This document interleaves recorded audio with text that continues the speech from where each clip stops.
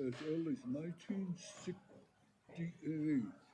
I believe it is in the month of August and September, all into November, when the pilot was being discussed. And one thing we came up with. Shandine, they're ready.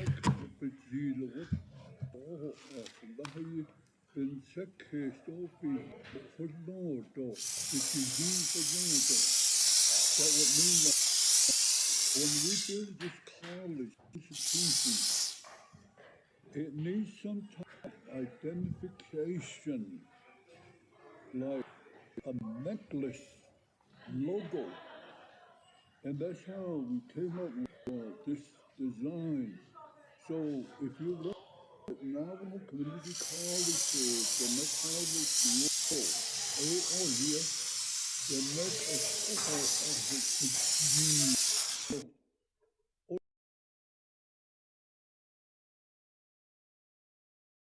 what we just call it necklace. So this arrow that's in the center represents the peace treaty of 1868, June 1st, 9 o'clock in the morning at Huerte, New Mexico. That's what it relates to. And going a little further about this arrowhead is that we accepted the philosophy of Western education exactly 9:45 a.m. to about maybe talk about 15 minutes.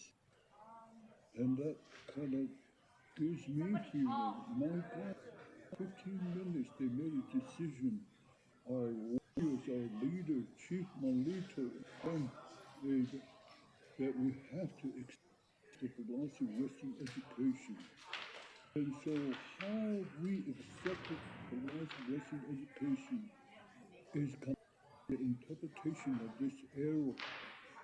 And so we got involved in the Western education 1868, June the 1st, exactly 9:45 a.m. in the morning at Huerte, New Mexico. And there's more to it. That's wonderful. That's right. And this black stone is called Boschini, obsidian, or mineral. And then some people say that design that goes around the airhead, they say Yeti. No, it's not Yeti. That's the sacred rainbow and scenery. Because you can't see the mountain. It's not Genecho to see the bench in there. And they indicate that people believe that these sacred mountains, on top of it is sacred sun ray and rain. The sun rays that are on top of the mountain represent Navajo. The rainbow represents the Cahoon. So the sun ray is the male. The rainbow is the female. So our education, like that case, there is a male and female in childhood. There is male and female and the physical person in order to work together. It's like a mother and a father. It's like Mother Earth and Father Sky. They work together. So that's the intention of this one. That's extraordinary easy.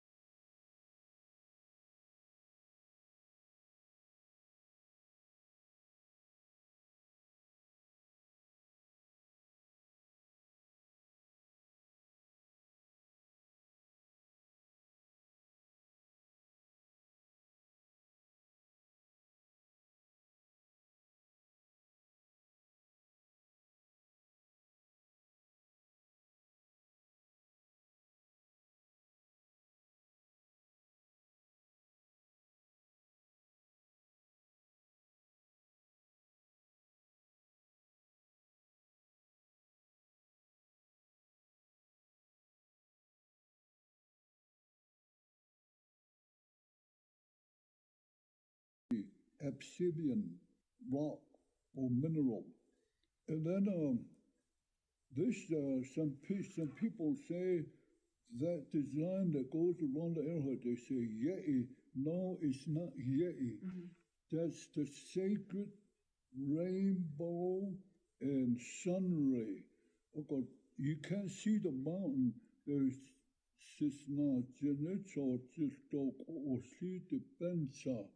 in there. And they indicate our people believe that these sacred mountains, on top of it, there's the sacred sun ray and rainbow. The sun ray that goes on top of the mountain represents Sa'ahnaray. The rainbow represents Bikahojon. So the sun ray is the male. The rainbow is the female. So in our education, like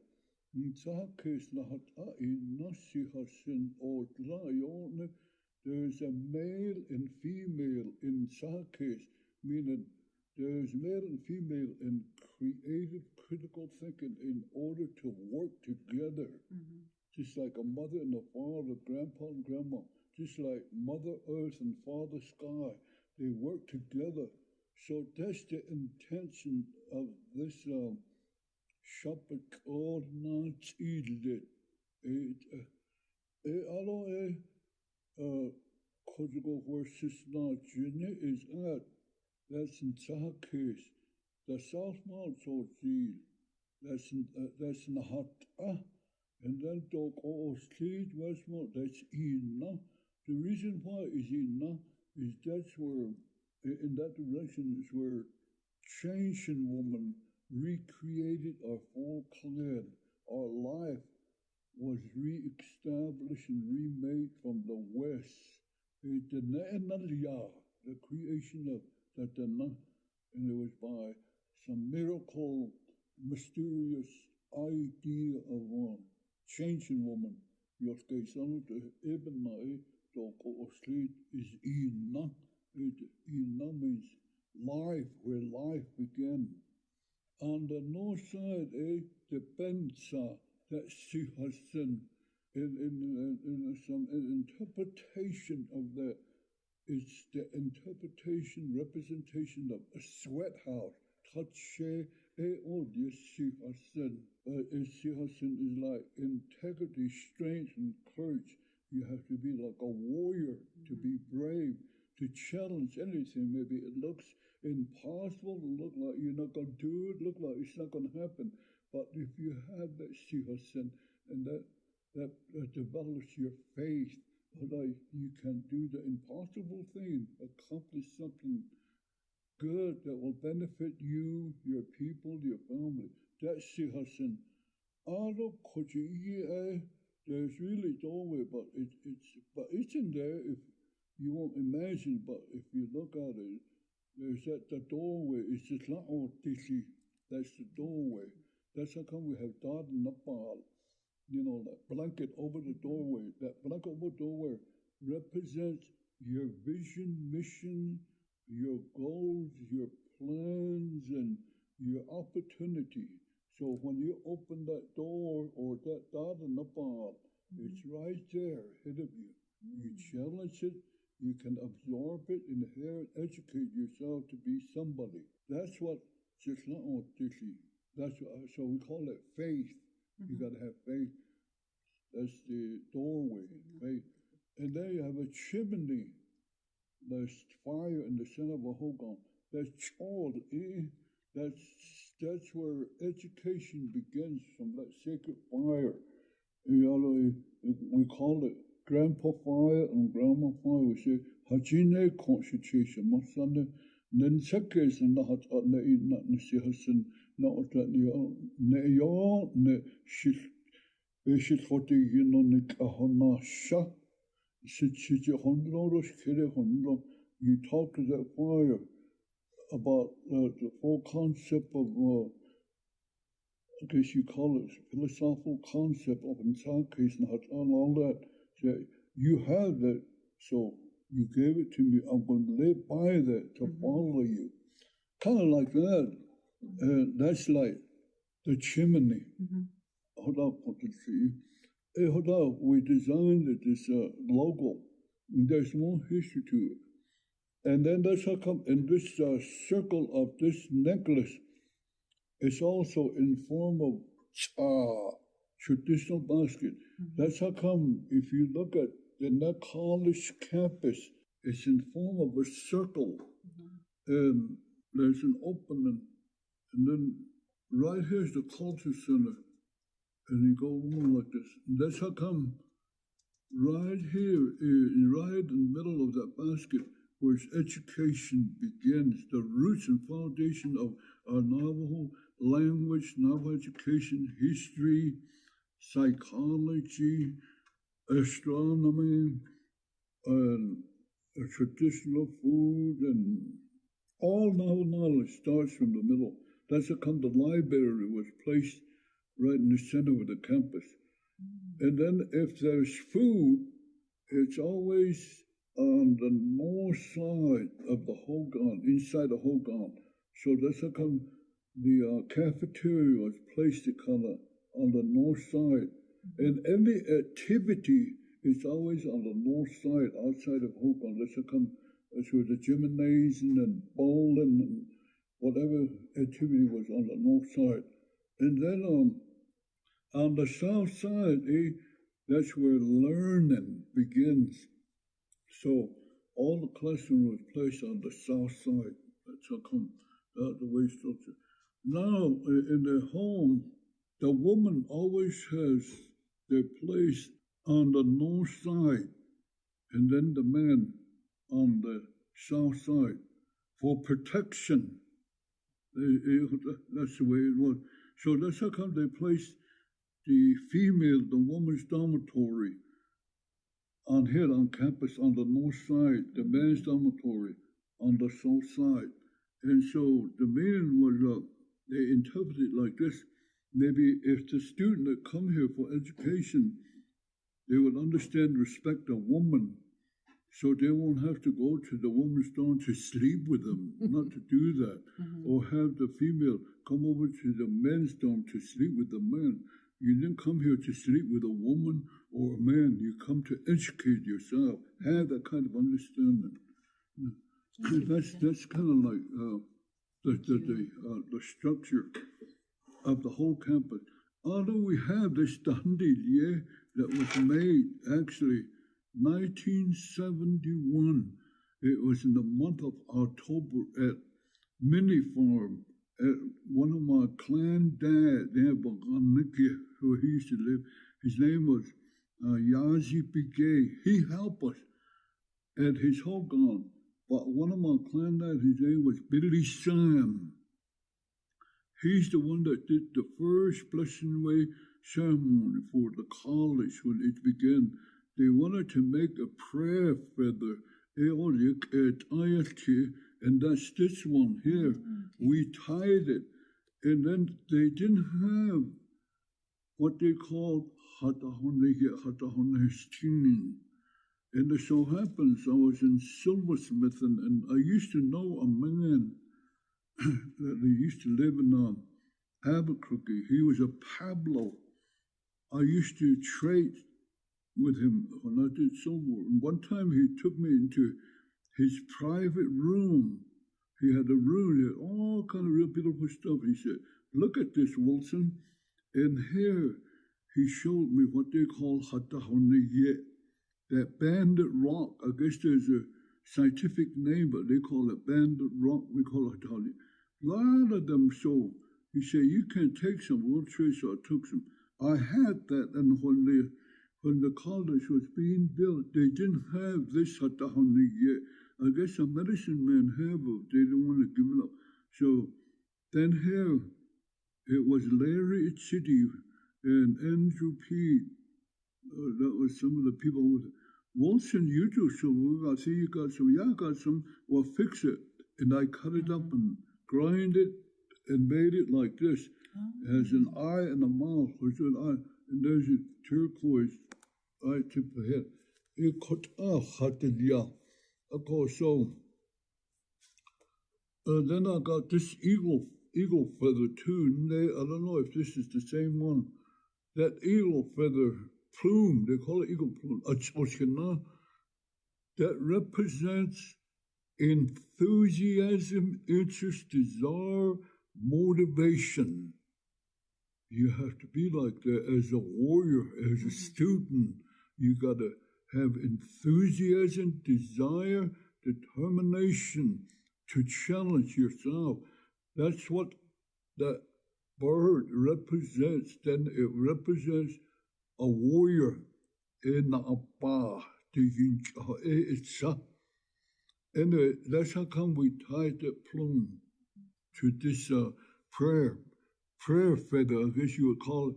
And then there's a turkey plume. This one right here.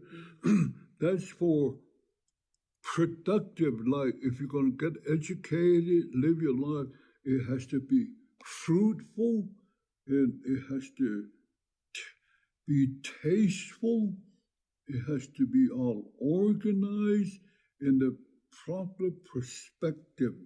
And so that turkey feather represents the philosophical significant meaning of all the sacred food that we use. Just like, I'll just tell a short story. There was a holy man called Navajo. The closest one translation of this man was a dreamer. He dreamed. That's how he found out things. He had a turkey friend, and they used to criticize him. But one day he made communication with that turkey, Tanji. Tanji, Jos great the net or Tiji the net, Chisit the net, Bashuni the net, City, a Yash. That's how you say turkey in Navajo. Otherwise, it's simple, they call it Tanji. Because they pick like this, Tanji means they go pick up things with their bill, without this Tanji, a distance. Anyway, to make my story short, one day, I guess hunger, starvation came among our people, and here that turkey was the answer. And he made communication with Nahotatai, his friend that was taking care of him, said, listen here, Nahotatai, look at me, what I'm going to do. So he faced it west, and he made an unusual sound and shook himself. Here at the tail end of his feather, at the tail end of that turkey, his feather, white corn, 12 white corn fell off. And then he turned around clockwise and faced it east with his tail west. He shook again. The next part of his tail, that's where yellow corn fell off. That's what you call the first one.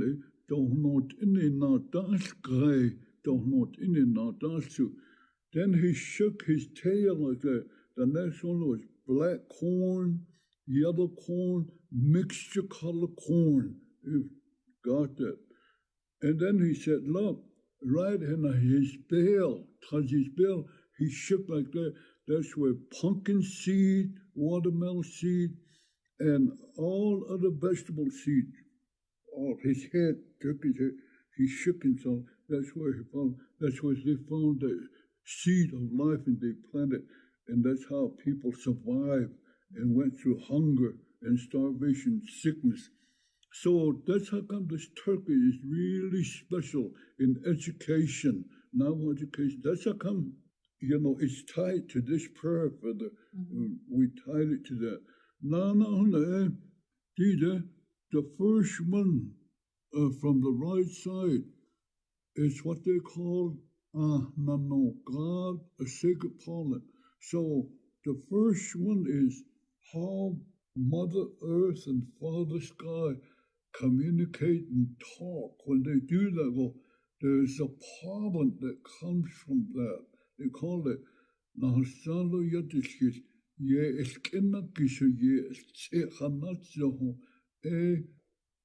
pa no God bachatitin betatro.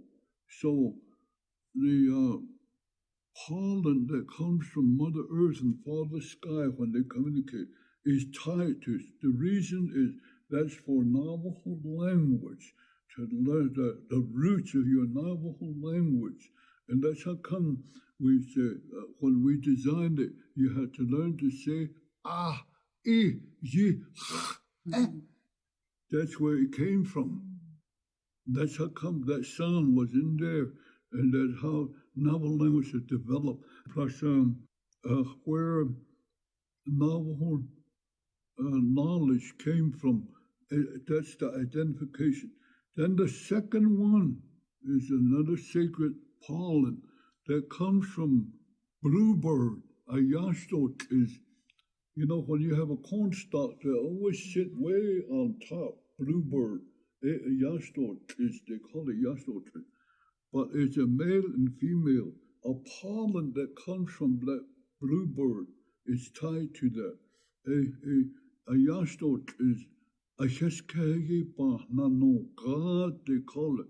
That's to, when you educate yourself, it's like, how are you going to use your Navajo language? What you going to do with it? How are you going to utilize your Navajo knowledge? And, you know, like history, culture, philosophy, psychology, and history, artwork, how are you going to use it?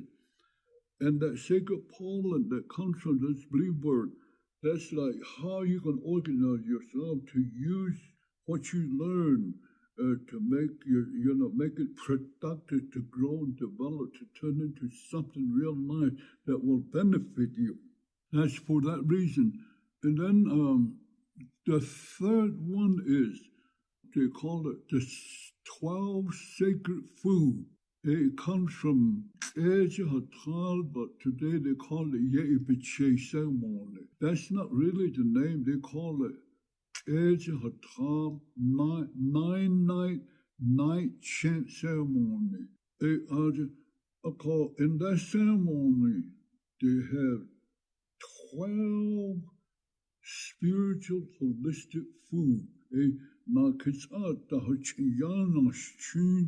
Just a little pinch of it in corn pollen that's tied to that. That has a lot to do with, like you say, when you take care of your life based on this one, the sacred food, you got to keep your life clean. And so some people know what that means. So the way I said it, and then some others too.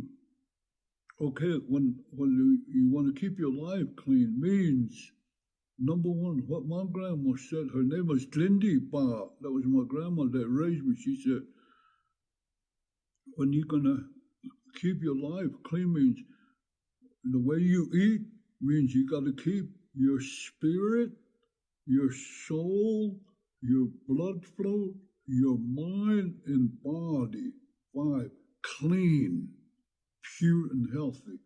So that sacred pollen that's tied to the food, it's spiritual food. So we could always have good food. Our generation, our generation would always have something to eat that's good, that will benefit, to give them a good spirit, soul, mind, blood flow, and body. They'll be healthy, productive, go from generation to generation. That's food, so that we will never run out of food. That was the whole intent. All this, what I'm talking about, they made a decision. It belongs to the student. It belongs to the student. Yeah, I think I've gone back as early.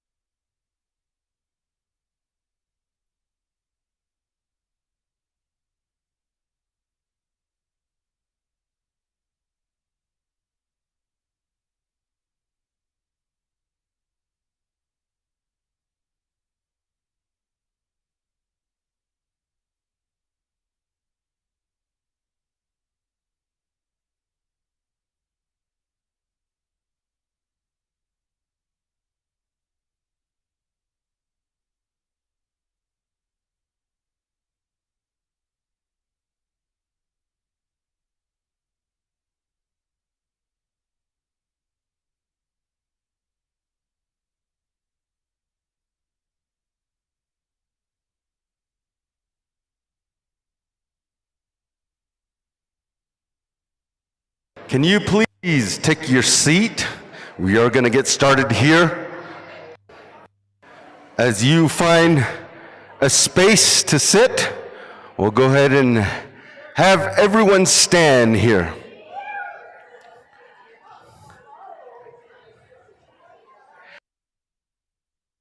Inauguration of Dr. Deborah Jackson-Dennison at Diné College is now in order. Please stand.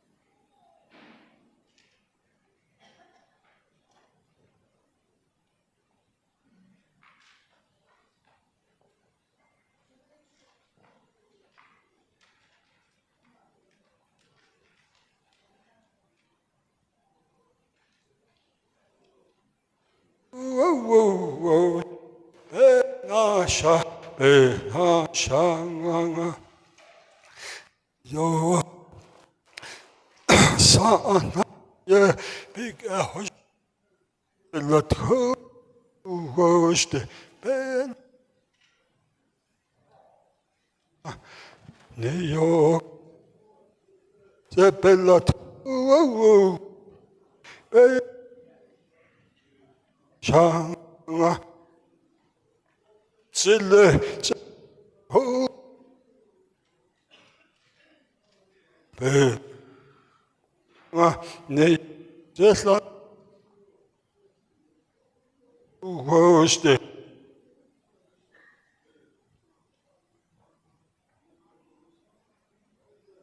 ya hoş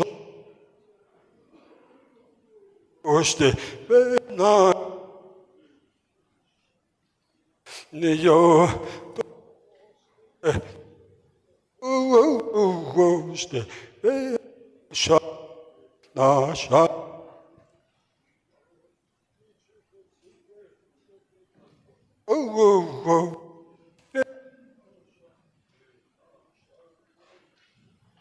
ne yok yo sepela hoşte ben ne yok sana ya big hoşon sepela hoşte aşağı be aşağı ne yok tepen sepela hoşte ben aşağı ne yok başını çile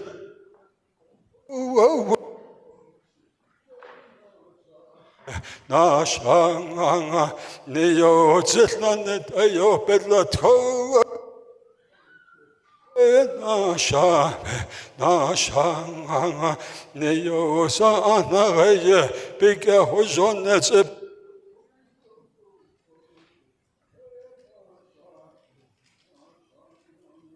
Neo Setche Hozo Benasha Neo Shik Benasha Neo Saanaye Big Hozone Ashenishle Go Benasha Neo Dejona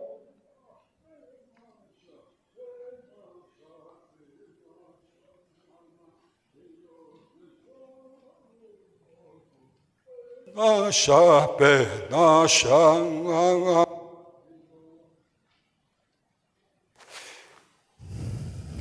Put on.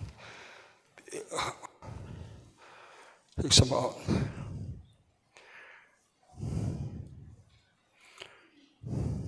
Put the dish.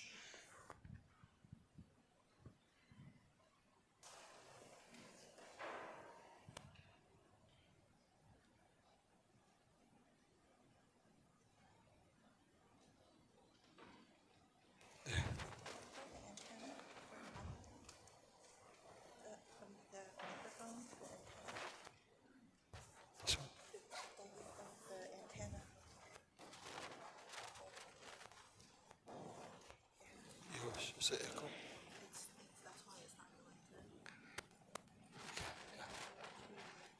Pick it up me first. I'll put it right there. Okay, yeah.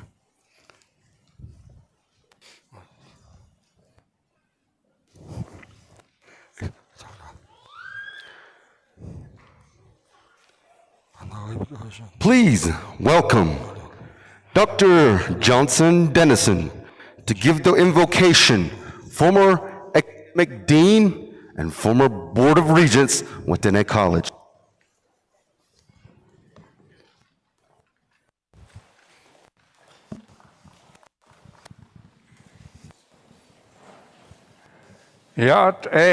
Good morning. Anorsko. Kodo not ani Danochenegi, Board of Regents, Aron the President, Shut this stage.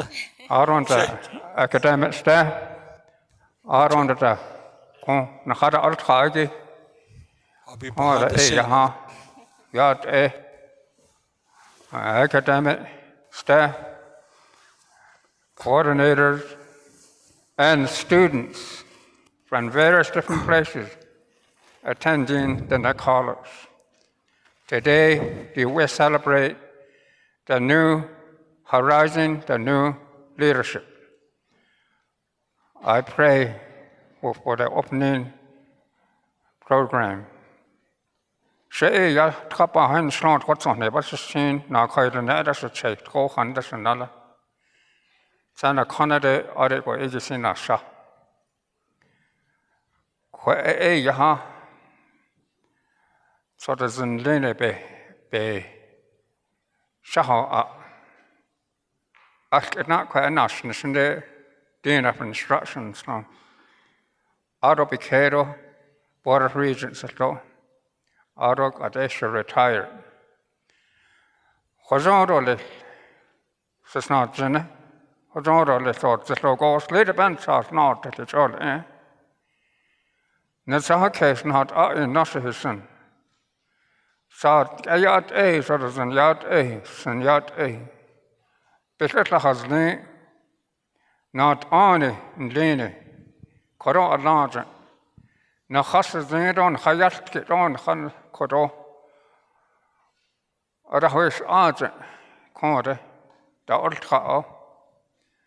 Na Harsene, the ultra, and has all cat ultra. The Nakal of the Lego Kai. Skana Haida, Con Eya, Beho at Sahel or Lego. Around the Con Eya. Not only there, the Tota Ultra. Around the Con Chin Lady. Around the Con Chiba City. Upon the Ultra. Upon the door online education will go to Conda. Better in this. The dark coco. The house are what the dogs in. The dark coco not ayat in Sahakes at Ehipi, the Lord or lick. Says not Jenna, Yehadet Nesahakes, Yat Ehi. Behanel crop, the cart are around the conchast estate, has one. Aro a Yastot, Yaston the Ench Yat Ehi. Dan Yat Ehi down Bahazone begins at a Hadil day. Hasin Zadit Ahat Ego, holds this. Na hat on Nasi. Koroze Eyaha, a larger. Eyakon Bahesnitz and Dr. Deborah Jackson-Dennison, Walgego. What ego yakon, Naka, not on it, non play Korohol Justin. Akon, Biaho up. The old cops on the Be Legend. I don't let a Bizet and Lane.com. Not on in Lingo Hall Jesus, quite old cut your water. I call her egg a cutter, a banana. In some case, yard a yard a beats at Lago. Beza that cost a what is in got cut it inside the yacht. Gain a Hajana not get all the night nation. I wrote a house, Kaya Huntaness, Argent. What about our college, universities position? I don't that I cannot go hard gauging. Not on it, Kate on the scene, is it art cocker? Bezat it's out all this. Is it art cocker? Behat isn't all this. Is it art cocker? Hot is she called in the Janagai? Gave it Lanka, con, better initially. Deep in the Yakon, the Aya, a Yakon ho. I don't that I thought the dot is it zeal, yard a. Not in no, okay. In Navajo Nation. In some case, yard a dog or I don't let us see who it ends in. The band saws the snow that is all eh. The ya, Nishin, the art at and then the cleaner. Nishin not chin it, don't say not eh. I call corner. The car ho wants an ardoc and hold argo codo. Yard a on the hardjin, but on half or the out of it. No hard send about holding out of it. Dozens that they see hot no cheater or say. Nasnet ne the yard no says all this. Yard in other house out all this. Be not on it, not on clean all this, it is called a hard scene. Called the age hack at Nishan not on it, and Tahaki, Jokot ego has in that day. Ascendant lego con, the can lego corder. Belt had it or out up and on the studied. I don't that I contact at Codon she, con ha, nana, codo, nana. None ho is rolled, but I cannot need in rolled. I don't that I ask what it has on the hospital or this not done, that is it. This is done, Christian, was on the hospital, don't even and I inch it again. Though I don't that I on a. I wrote down indeed. Was on the hospital, Eba Hazonic, a yacht a, not in yacht a, south, a yacht out a, it's a rascopy, it's a lago. Yoddet and lint is than Linkas in a lamp is it all could art and lady. Ne mustn't a chat and lean in a heart shennet and lean it art scotching. Could all cut it bananas, not eight or late. Yebe, what's on the hospital, what's on the hospital, what's on the hospital, what's on the hospital, who's on the hospital.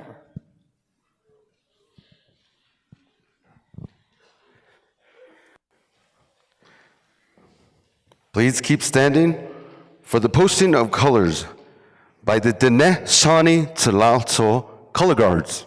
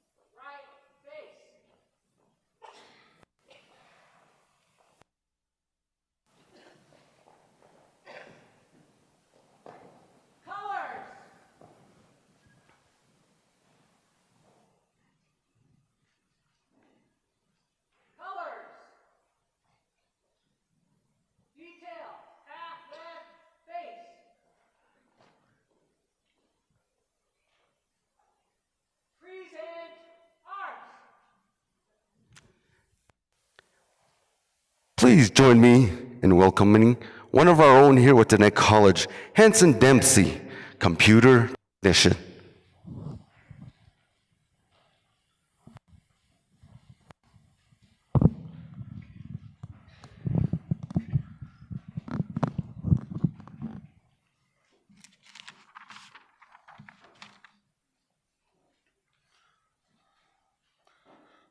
Yahoshodanos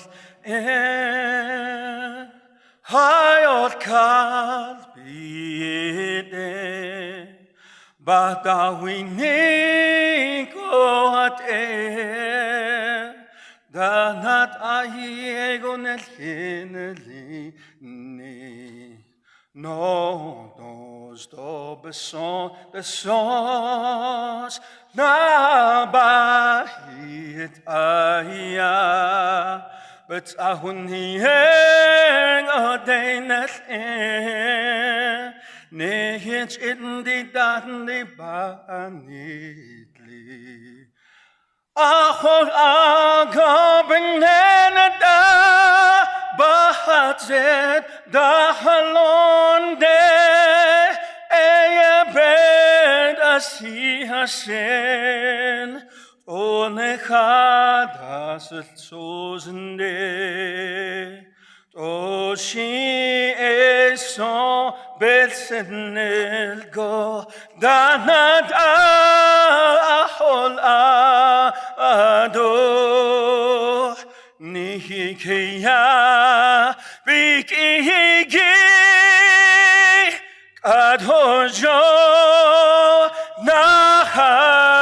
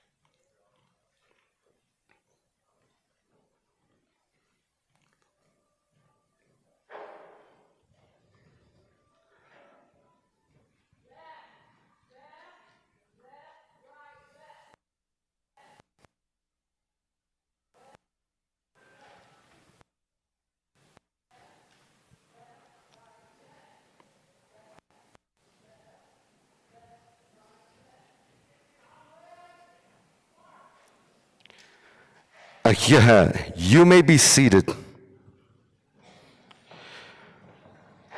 We are honored to begin today's program with a special presentation from the students of Tsehotso Deneba Ota. We will share traditional songs and dance from their program. Please welcome Tsehotso Deneba Ota for this special presentation. Welcome.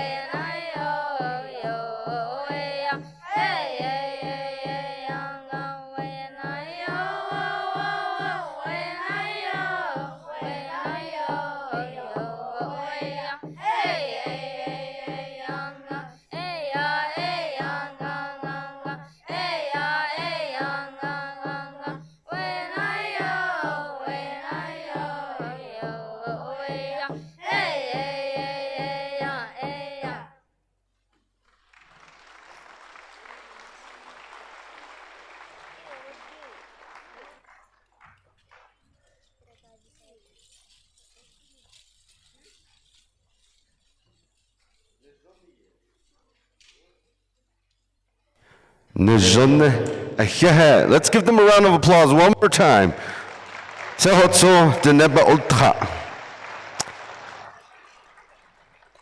Okay, please help me welcome Dr. Janet Sloman, Chair of the Neck College Board of Regents, for the welcome address.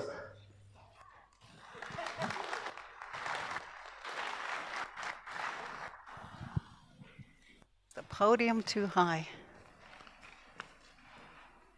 Yat anotsko asanot kino kwasani plenigi tsada whatever kitchen a hensen. The atmosphere that we are in right now, the smell, how we're dressed, that's who we are as the Neh. I'm so proud of us. Ahead.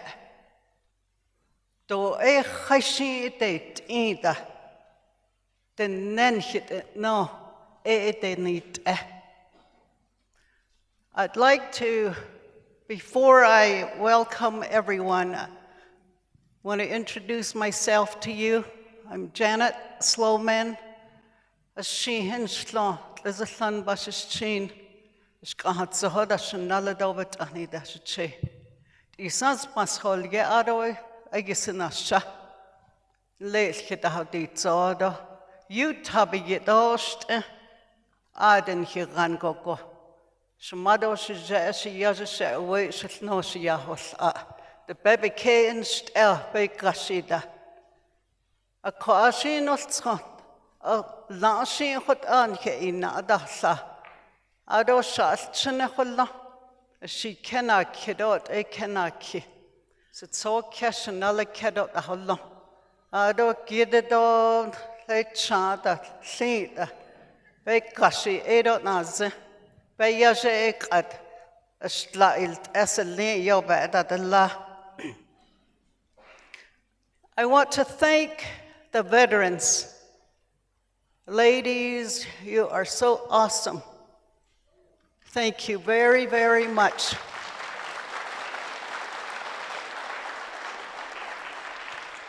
You are truly the mother of Navajo Nation. You protected us. You protected the nation. Adol chini yajiko echaj igido chine khad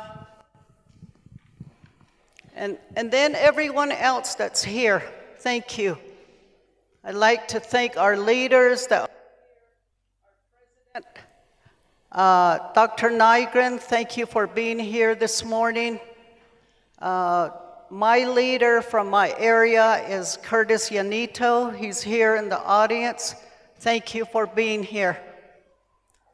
Ado, did the Neck College, Niniki,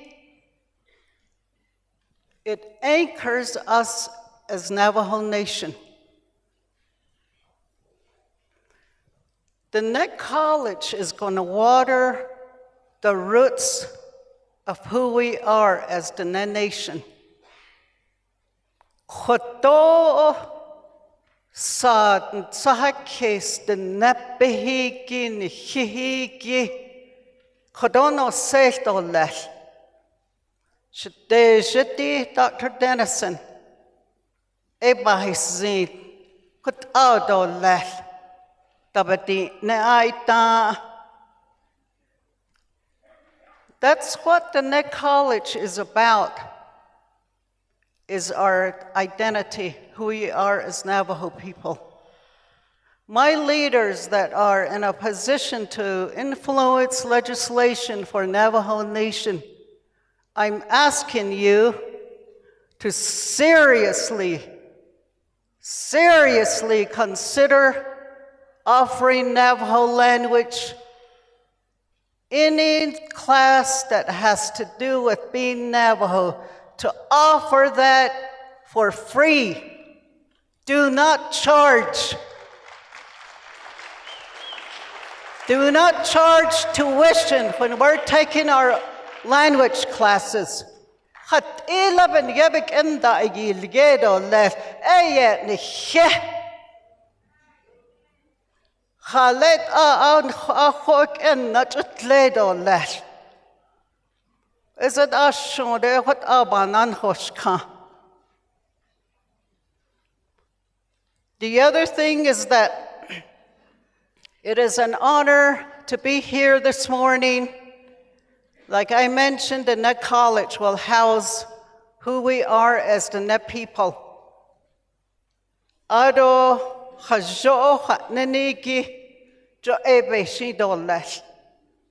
Hajo jut el hajo on sitike so hajo ya just kio hajo on ji now. Hazadiki hajo oko in nabetske ko tacho le. Akon he hot a kweb regents danit lenegi hot up on site kiss. Hajo hat nego a ebe hotes yele. Jo biniyelana danitsin. Ado shadeja, Dr. Dennison. Ashane shadeja. Zizada in the kate danit edo lech. Nspahos shadeja yonin shnido dot alle en aja which ida do lech nahat ahiki to the zinda. A ko hehe nal sos nil sos do she na nishbin shgandin nidgo a kon kini lo a hehe. A kot anol so a hehe do Brashin kelt a hojo do lehti ko hot a Dr. Dennison bik ehodini igi a hehe.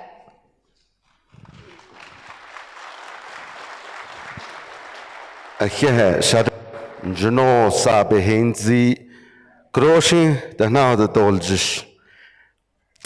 At this time, it is my honor to introduce our keynote speaker, Jacob Moore, Vice President of Special Advisor of American Indian Affairs at Arizona State University.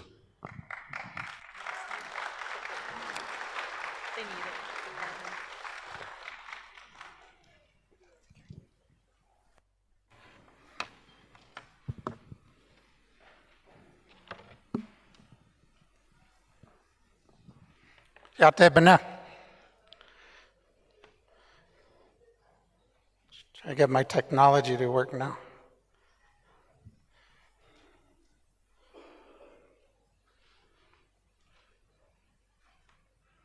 That's the problem when you try and rely on technology.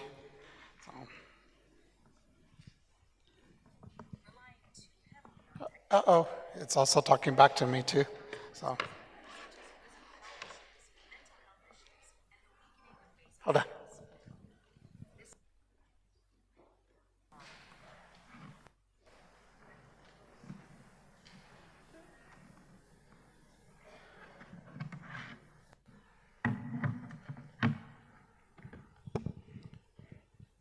Okay, I'll start over.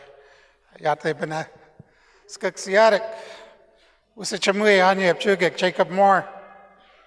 Anyeb chugik Lakota, Dakota, Akmedatum, Donatum,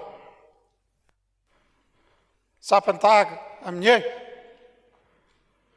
My name is Jacob Moore. I'm a citizen of the Navajo Nation in southern Arizona.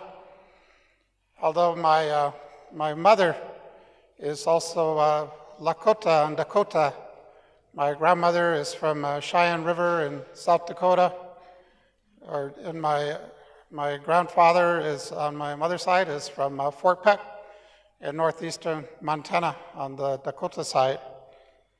My father, his mother, my grandmother, was from the Navajo Nation, from a village called Pozo Verde, which is actually on the other side of the border, since our traditional lands are on both sides, both in Mexico and the United States. And my grandfather, on my dad's side, is from Gila River, or Akamidaatam. And I'm a citizen of the Navajo Nation.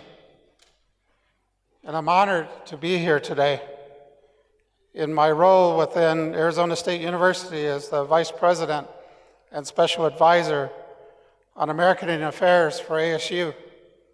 It's a very special day, and congratulations to the installation of the new president. So, to the Navajo Nation's elected leadership, to the Dene College Board of Regents, to the President's Cabinet, to the Dene College faculty and staff, and to the wisdom keepers that are here today and also keep us safe and on the right path within our own tribal nations and communities, and especially to the students and the tribal members of the Navajo Nation. I'm honored to be invited to be the keynote for this historic event. Some might ask, why do we have a tall, northern, yet chubby autumn dude as the keynote for this most important Dene College presidential inauguration? And I asked myself that same question. However, Dr. Jackson-Dennison was gracious in her invitation and appreciation of Arizona State University for not only her personal education attainment as an alumni, but for the unique connection between the early years of Dene College and its founders.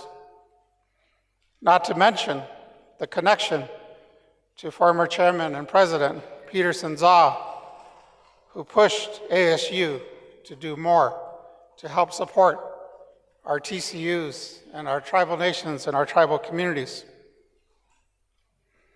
As a result of the early educational doctorate programs at ASU many years ago, it set in motion generations of Dene educators who were recruited and supported by the Navajo Nation and the Department of Dene Education.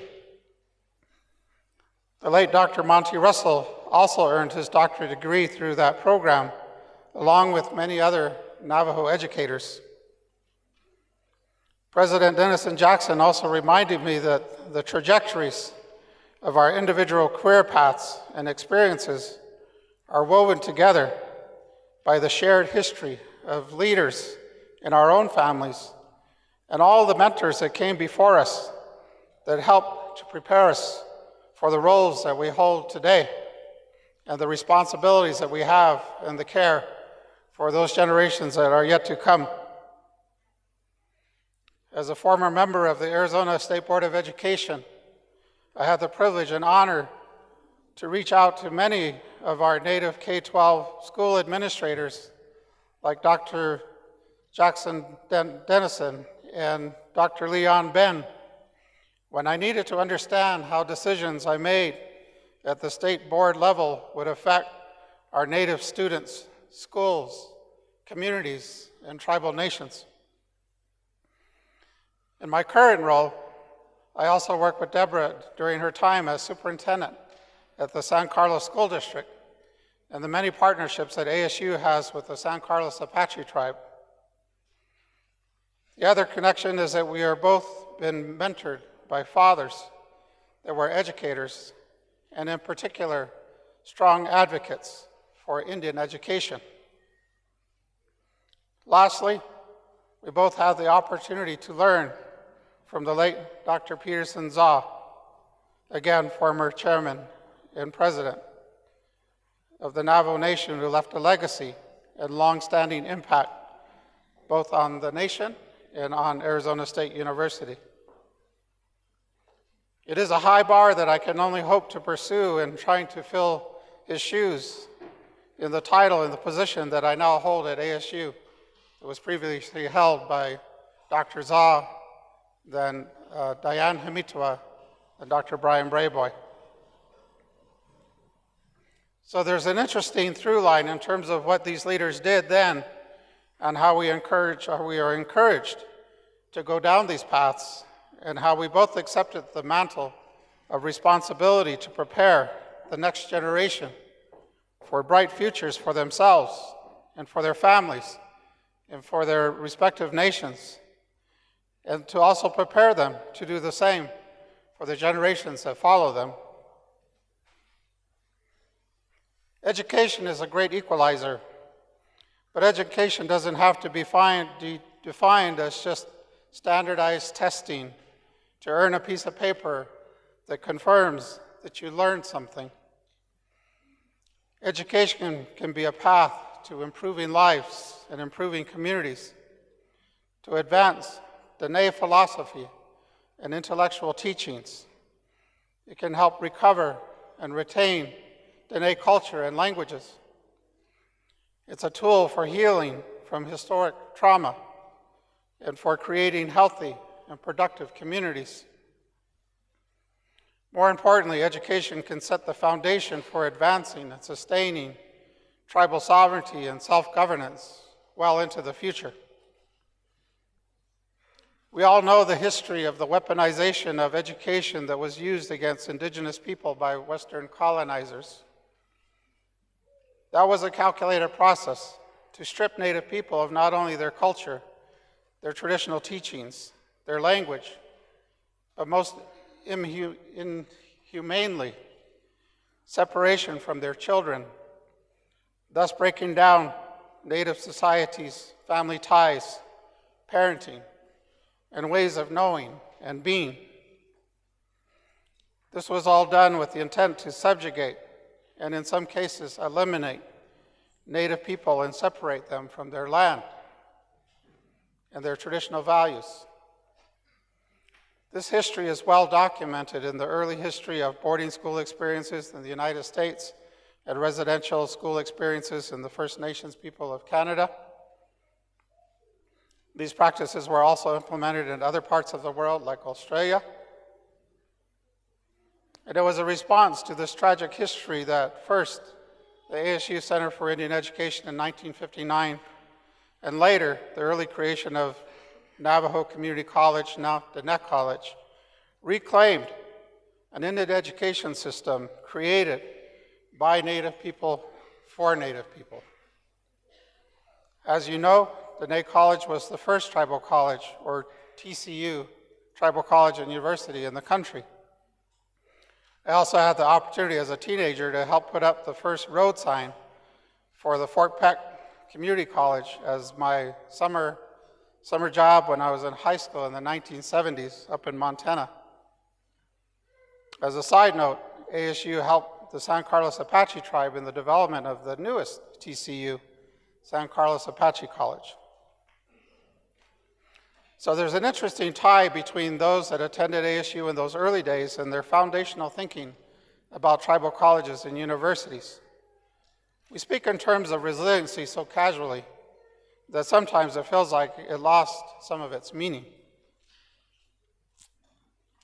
Many from that time had the hard-scrambled resiliency to push their way through much greater challenges than we think we have today. It's important that we know these early stories as we remember them. I want to go back and cover those early decades in terms of those that came before us and the legacy that they left behind, and how important it is for us to continue to do the work that is in front of us. As I mentioned, Center for Indian Ed, established in 1959. Peterson Zaw, my late father, Josiah Moore Bott, Rodney Lewis from Gila River went to Phoenix College in the early 1960s. Pete and Rod Lewis won a national basketball championship at Phoenix College. Our Native scholars back in the day were athletes, and basketball scholarships, sports scholarships helped many Native students back then. Peterson and Josiah Bott transferred to ASU, participated in Center for Indian Education programming, and completed their degrees at ASU. Faculty at ASU included Dr. Stout and Dr. Robert Russell Sr. Ruth Russell and all of their kids were there at the family potlucks and get-togethers where we all played as children. Dr. Russell helped to start Rough Rock School, then NCC, Navajo Community College.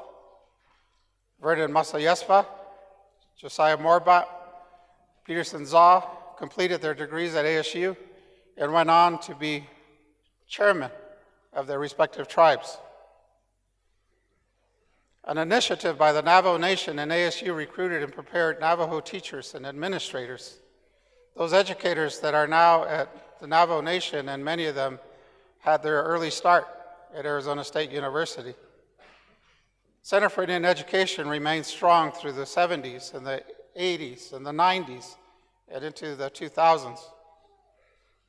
More recently, Dr. Russell was instrumental in creating a Dene faculty and administrators PhD program through the Center for Indian Ed, along with the assistance of Dr. Brian Brayboy when he was at ASU. More recently, ASU has expanded its tribally focused programs with other colleges within the university and not just Center for Indian Ed. Most recently, the creation of the Dene Lonk program under the guidance of Susan Leeds, who is the dean of the Sandra Day O'Connor College of Law and who is a member of the Cherokee tribe and will be leaving us to go to Tulsa. Her own words is that we remain ready to continue forward and are excited for continued partnership. And we've launched our online Masters in Legal Studies with an emphasis in Navajo Nation law as the agreed complement to the bachelor's program at Dene College. In addition to Kate Rozier, we have retained Deandra Benali, former Navajo Bar president and in-house counsel at Fort McDowell, to be our Navajo lead on the project because we know it's important to have someone from the nation and someone who is licensed to help us on strategy and execution. Dean Lee's departure does not diminish ASU Law's excitement and commitment for this partnership. So in closing, what did we learn, from the experience of those that came before us? Again, my late father, Josiah Bott, once said, these institutions of higher learning, these major universities, they have a responsibility to tribal stakeholders just as they do to non-tribal communities, as they do to industries, and to municipalities, and to counties and state governments, that we too, as tribal nations, are stakeholders in these institutions of higher ed.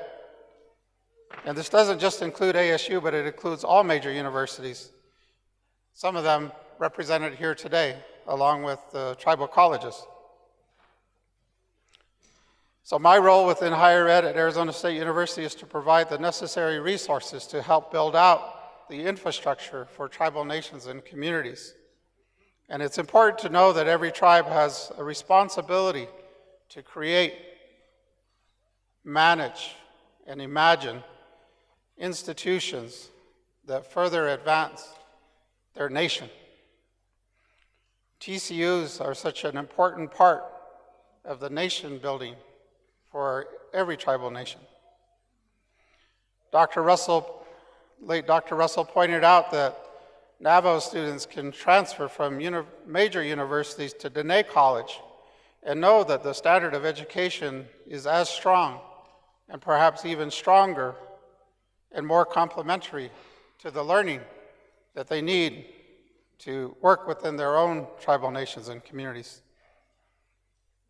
Dr. Russell also said the door to what he called Sovereignopolis opens in both directions, from retaining traditional teachings to helping those understand the modern world, and back again to our traditional ways of knowing.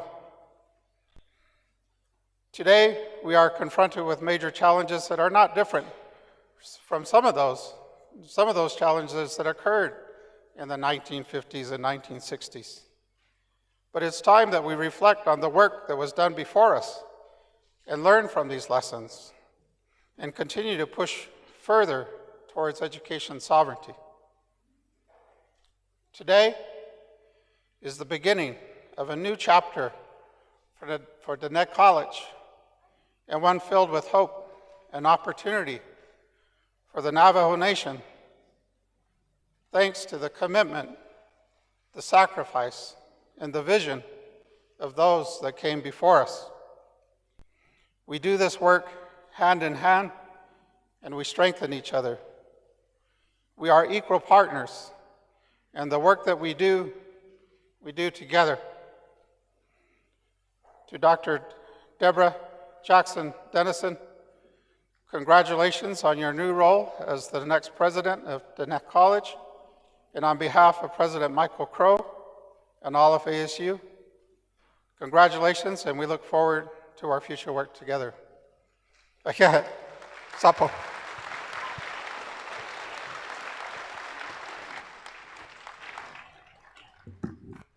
Ahiahe njonie sariat eki saba hajoniki kombe echinzi ko ahiahe. We will go ahead and move forward here with the family message. We are honored to hear from two individuals who will share reflections on the president's personal journey and the experience that have helped shape her path to this milestone. Charlene is Dr. Jackson-Dennison's younger sister. She is an alumnus of Diné College, the University of Arizona, and the University of Arizona College of Law. As a practicing attorney, Charlene represented several tribes and tribal organizations throughout Arizona. She has served as faculty for the National Tribal Justice Center at the National Judicial College in Reno, Nevada, and as a consultant to the National Association of Drugs Court Professionals and the Tribal Law of Policy Institute. She spent several years working as a tribal court, an appellate court judge for several tribal communities, and was a judge for the town of Paradise Valley and a judge per team for the town of Gilbert.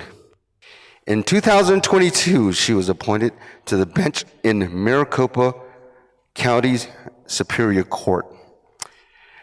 Carol Jackson-Holion is a proud member of Diné Navajo Nation and currently serves as the managing partner of Zion Enterprise, a comprehensive event manager and public relations firm owned entirely by Native women. Zion Enterprise collaborates with organizations such as Indian Gaming Association, the National Congress of American Indian, and the Women Empowering Women for Indian Nations. In 2019, Zion Enterprise was recognized as the Native Woman Business Owner of the Year by the National Center of American Indian Enterprise Development. Carol was also recently inducted into the National Cowgirl Hall of Fame and is 7-time INFR World Champion with titles in bell racing, breakaway, and women's all-around event. Please join me in welcoming Caroline Jackson Nair and Carol Jackson-Holion.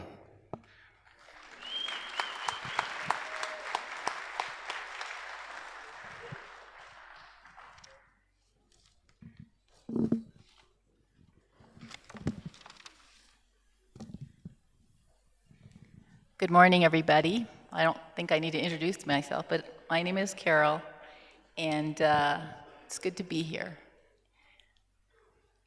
It's good to be here because it's a time of reflection. Honorable President Nygren, Vice President Rochelle, Board of Regents, honorable council delegates who are joining us here, our family, my mother, happy birthday, Mama. Today's your day. It's no coincidence. I am really glad that she was able to join us today, and it's a good healing opportunity for our whole family to come back into a place that we spent a lot of time in. Dr. Dennison, I'm proud of you. Debbie asked me to speak, and I know they have Charlene listed first, but I said, hey, I'm the older sister. I'm going first. And you have to listen to me, because Debbie did me all the years. A little bit of family history. You know, it's no coincidence that we're here today in this moment and time to this inauguration of Dr. Dennison, because in our family history, Navajo Community College, now Dene College, was such an important aspect of our lives. And when I thought about speaking, I thought about the seeds that have been planted in Dr. Dennison's mind and time, and it's no coincidence that she's here today. A part of our family history, there are 5 children. Dina is the oldest, my brother Steve, who has passed on, followed by, I'm going to call her Debbie now, and myself and Charlene, but we call her Charlie. There's like a 10-year age gap between all of us siblings, Dina being the oldest and Charlene being the youngest. Oh, in about the mid or early 70s, our family moved from Window Rock to Mini Farms, Arizona. My father took a job with the college. Although I was very young, I don't even really know what he did, but he went to work every day with my mom and traveled to Round Rock, Arizona, to Bob and Ruth Russell's Hogan, which was their office. And they worked diligently. This was not here. There was nothing here. And they were working on putting this here, this institution for our Navajo children. Well, while they were out at work, we were at home with no babysitter. And back then you could do that, right? Dina was the boss, and we marched to her orders. Debbie and I spent a lot of time together, a lot of time. Dina and Steve kind of did their thing. Debbie and I spent a lot of time together, and Charlie was the baby and just kind of bounced around between us. But in reflecting on what I was going to talk about, first of all, she said, oh, maybe about 15 minutes. I was like, you're crazy, but yeah, but I guess you're a leader now, so you can say those things. But I thought, what am I going to talk about? And I thought about, what is my first childhood memory of Debbie? And it was when we lived in Mini Farms. I was about 6 years old, and I had a toothache. She was 9. I don't know if she called my mom or if she just took it upon herself to take me to the dentist. Yeah, we marched to the dentist. She talked to the dentist and said, my sister has a toothache, can you help her?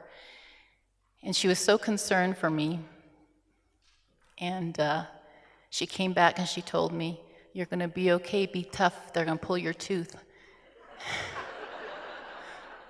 And I said, okay, because she's the big sister, right? They pulled my tooth. I don't remember that part, but what I do remember is after it was done, she held my hand and we walked home, and she took care of me. I say this because that was her role as my big sister. So her educational journey started with me. She was my first teacher, I was her first student. And we went along like that for years. She always took the time to teach me, take care of me, mother me, while our parents were working. We eventually moved back to Window Rock. My dad began working at the school district in Window Rock. And at the same time, he did start his doctoral program at the University of New Mexico, which meant he had to commute back and forth to Albuquerque, and he took us with him, primarily in the summer times, and the horses. And Debbie and I's job was to take care of the horses. And we did. We spent all day out there with the horses and help him, take care of him while my mom was working and my siblings were working in Window Rock. And I'm talking about another seed that was planted during that time because, my father would get back from class and we'd have to commute back, and he was tired and probably had obligations, and he'd bring his books with him, and he'd put him in the truck, our white truck. And he'd say, "Let's go." And he'd give her the books, and she'd start reading to him his studies. Another seed planted. All this was in her mind. We didn't know, in hopes to this destination. Debbie then went on to graduate from Windrock High School and attended this very college, Navajo Community College, Dene College. And she had her partner here, the love of her life, Dennison. It's good to see his sisters here today in honor of Carl and supporting Debbie. Thank you for coming. See, Carl didn't want me to tell. He cut the speakers. Carl was a really smart, sneaky guy. See, I was kind of the jokester of the family and would talk to everybody, and my aunties would call me Atsana Hotasle, because I would just run around, bounce around, and do all that. And I guess his eye was on Debbie all this time, so he befriended me first. He'd bring me bubble gum at the rodeos, and Debbie was a little shy, and so I'd be visiting with him. Well, and all this time, his goal was to meet Debbie, in which he did. So they were married.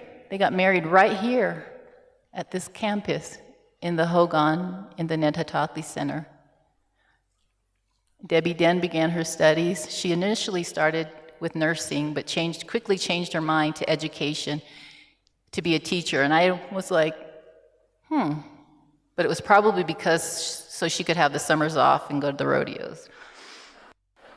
But that was when, about that time, her and Carl got married. They had children, Kyle, who is here, Devin, who has obligations to not be here, and Cassidy also. And she also had, Cassidy was a twin, and her son Joseph, who passed away right about that time when she started her doctoral program. She once told me that her passion for education was because of what her father had started.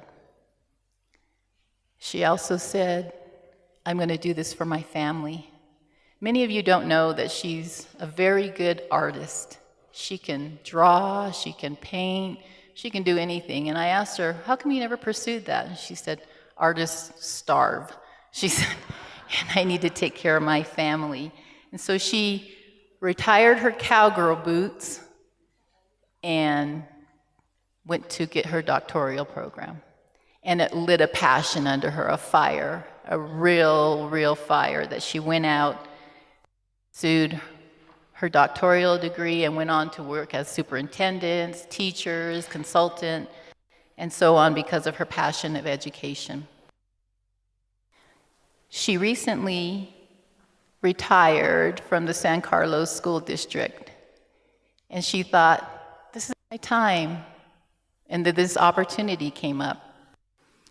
And she talked to us, "What do you guys think?" And we were like, I don't know, maybe. And she said, "I'm going to do it.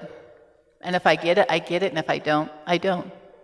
And so we supported her as sisters. And she got it. No coincidence again. There's just so many reminders out there right now that this is where she was supposed to be. This was her destiny. And it's because of so many of you who are out here today supporting her. It's so good to see so many familiar faces from our past that are here, and the connections that we have to Dr. Dennison. And I just am so amazed to see everybody. Her friends from high school are here, Mars and Budgies. And I'm like, I still call them by their high school names, and I was just really glad to see them. As well as my family here, all of them. My aunties, thank you for coming. Thank you for praying for her, and thank you for supporting her. Thank you for our Tisto connection that's always been there for her. I appreciate you, and I know she appreciates you as well. And so many of the family and friends. Brother Al, thank you for coming. He was a big part of our family, and I don't want to name everyone because I've just seen so many of you this morning that I was just like, wow, okay. Also, Kennedy, Dr. Dennison's granddaughter. Thank you for coming and being a big part of her life because she drives for you as well, and her grandson, Chris, who isn't here. At this time, I just also wanted to acknowledge Honorable Councilman Slater for being here. I know your grandfather and the history that was here that ignited the next generation, including Dr. Monty Russell. And I can only believe that it's from those guys above that are together saying, who else can there be to do what we started? And that's what I say, there's no mistakes. Dr. Monty Russell and now Dr. Dennison, both children of those who started this college. And so,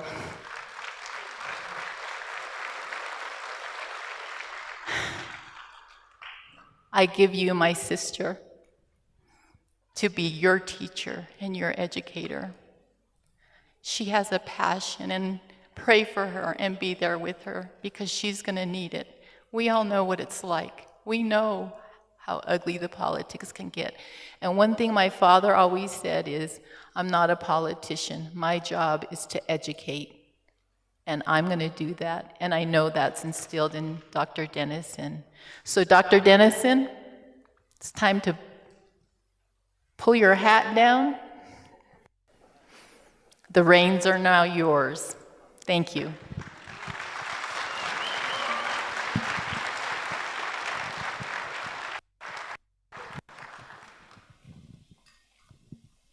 Wow, that's a tough act to follow. But I'm the baby sister, so you still got to clap for me anyway, otherwise I might cry up here.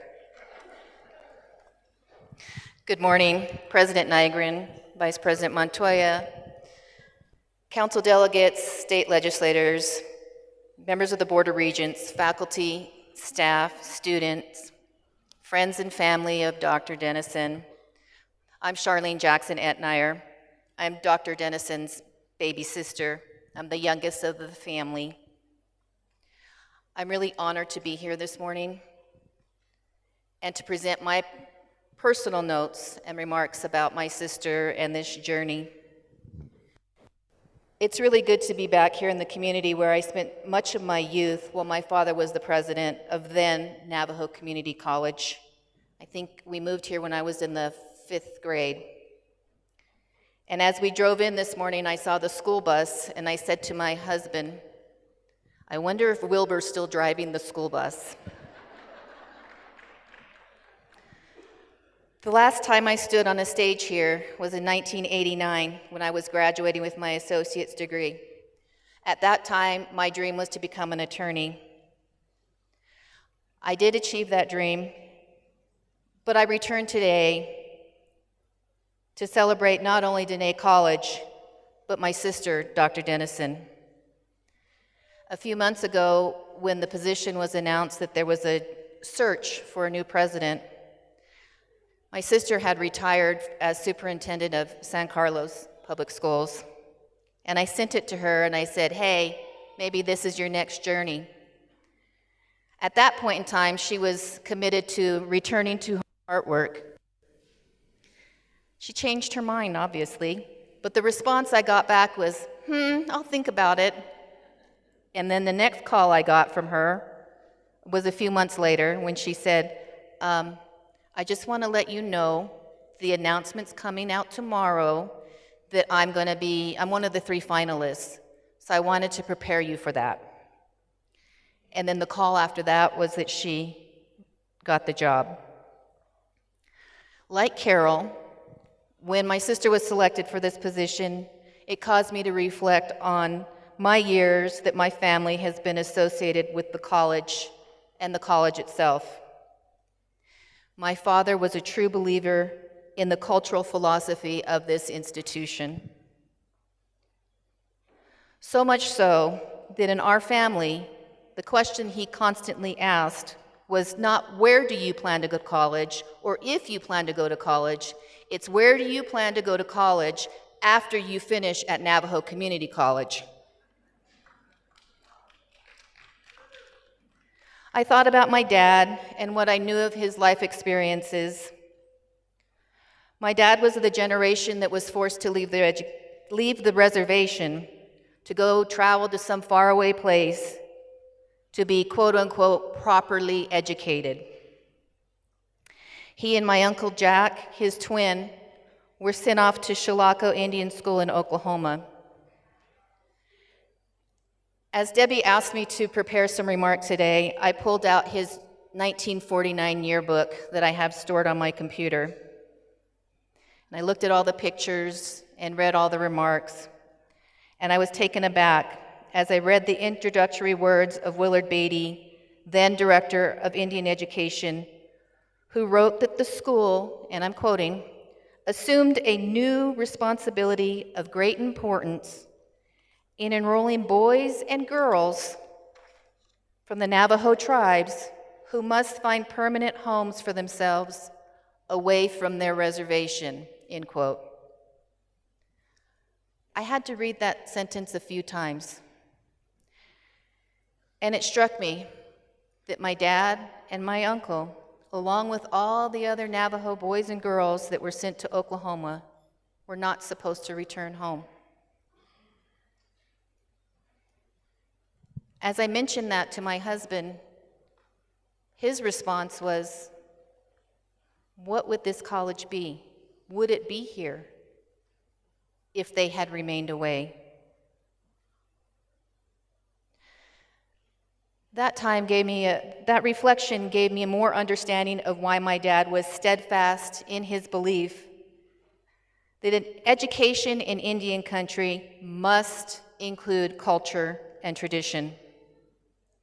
In that respect, this college is historical.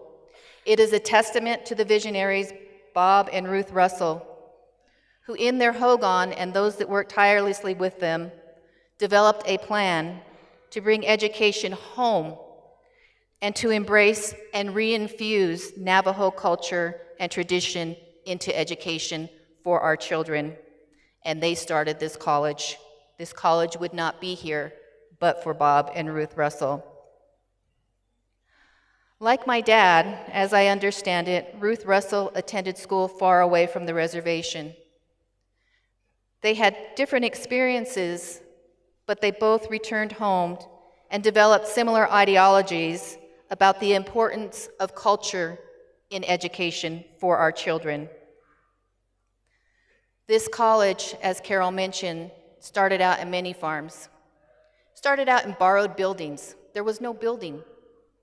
Started out with a hope and prayer and, quite frankly, a whole lot of courage. It was the first tribally controlled college in the country, a forerunner for other tribes to know that it's great and appropriate to reinvigorate cultural knowledge, expertise, and experiences into the college and universities on the reservations, run by the tribes, for the tribes. As I said, this took great faith, commitment, and courage to change the trajectory of Navajo education. I believe we've come full circle today, and we're witnessing another of the founders' visions come to fruition. Students have a choice. You can go off to a college and university in the big city if you choose, or you can remain at home and obtain the same quality education. It's my hope that this cycle will continue and continue to grow beyond our expectations. Navajo Community College, now Dene College, and its 50-plus years of alumni are a testament that courage to infuse culture and tradition into education works. We have alumni who are doctors, engineers, business owners, lawyers, educators, consultants, artisans, council delegates, legislators, policymakers, and much, much more. A couple notable alumni, former President Peterson Za. We all know who he is. But I also need to pass a nod to my colleague and classmate, Daryl Begay, who consults with the film industry to make sure that Native history and Native issues are appropriately represented. He is also now a policy advisor who recently played a key role in securing increased funding for not only Dene College, but Navajo Technical University and for the Navajo Nation Scholarship Office.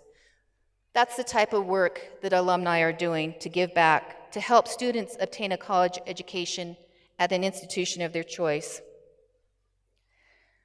Today, Dene College inaugurates one of its alumni as president. This is an historical moment. Dr. Dennison's educational and professional journey can also be described as a journey of faith, commitment, and courage. As Carol mentioned, she started her college education here.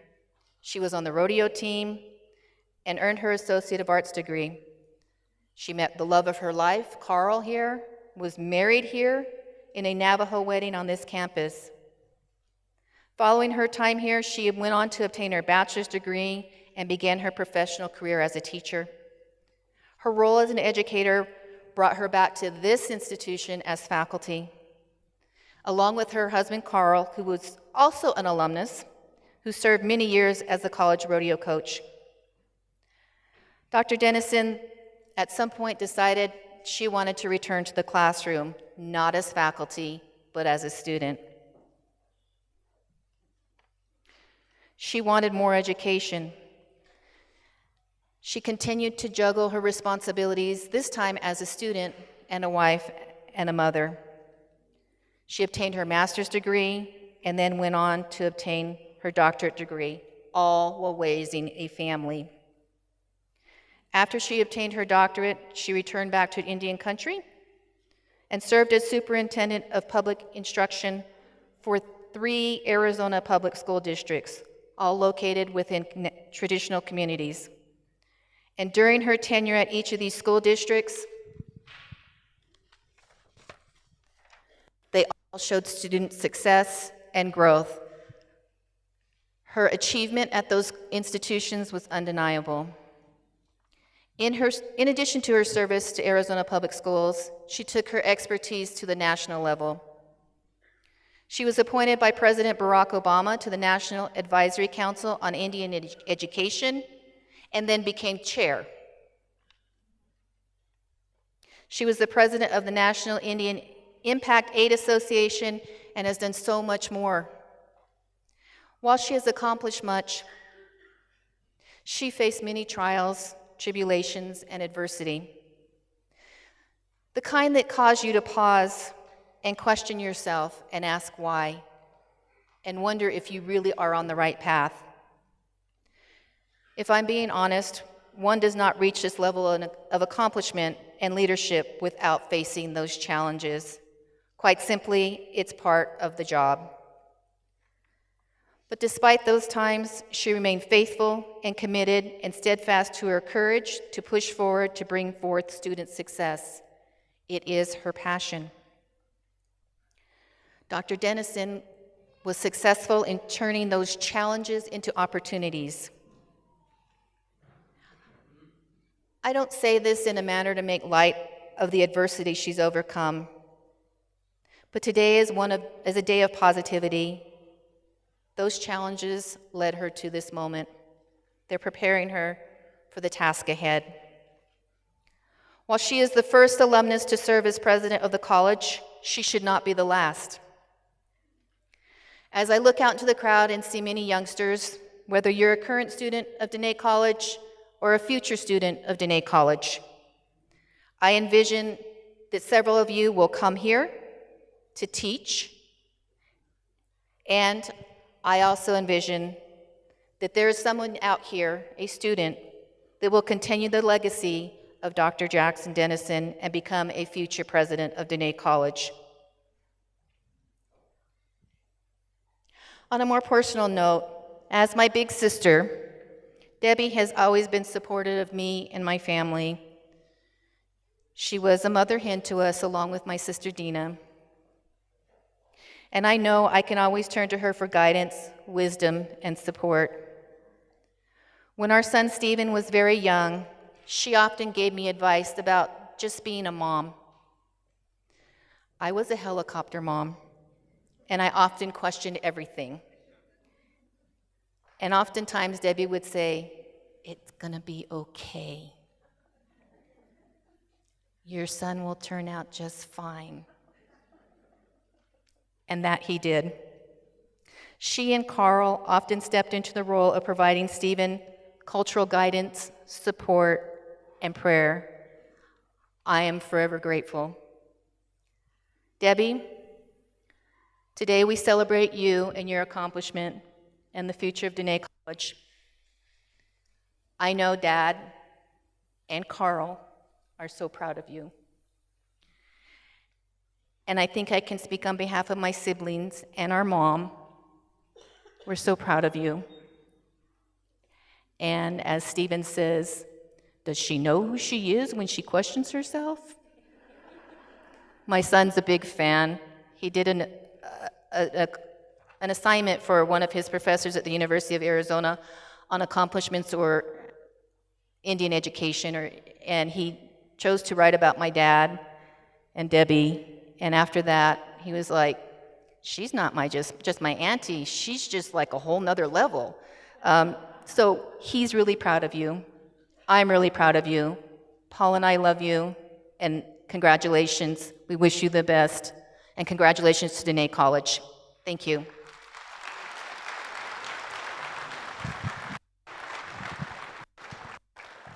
Thank you. We're going to go ahead and move forward here. Hello. Ahiha najonagu kwaigisa becha ozi do kodoshi nas nahol jistolel. Before I welcome the individual up here, the next speaker, I'm going to go ahead and do a brief introduction here. Dr. Maggie Mangini is a distinguished educator and a researcher whose career reflects a lifelong commitment to advancing teaching, leadership, and workforce development. She retired in 2011 after 31 years at Arizona State University, where she served as a director of Bureau of Educational Research and Services, taught graduate courses in educational leadership, and mentored numerous doctoral students, including the Navajo Fellows cohort. After retirement, she continued her service as Executive Director of the Workforce Education Development Office at the University of Arizona, supporting career and technical education programs through research assessment, professional development, and leadership initiatives. Dr. Mangini earned her bachelor's and master's degree from Edinburgh University in Pennsylvania and her doctorate in educational administration from Arizona State University. Her career spans teaching, counseling, administration, consulting, and leadership in studies focused on school improvement, curriculum, facility planning, and then also executive leadership searches. Her work has lasting impact in educational leadership and workforce development across secondary and post-secondary systems. Please welcome Dr. Maggie Mangini, former academic advisor, the Navajo Fellows Program in Arizona State University, who will deliver the professional journey address reflecting on Dr. Jackson-Dennison's professional journey.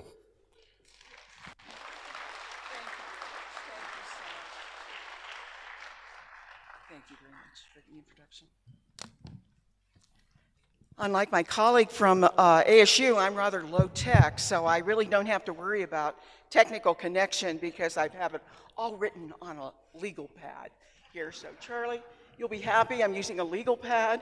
Carol, this is all your fault, because I got to tell you that I got a call just a few weeks ago, and you realize, of course, that I'm very old.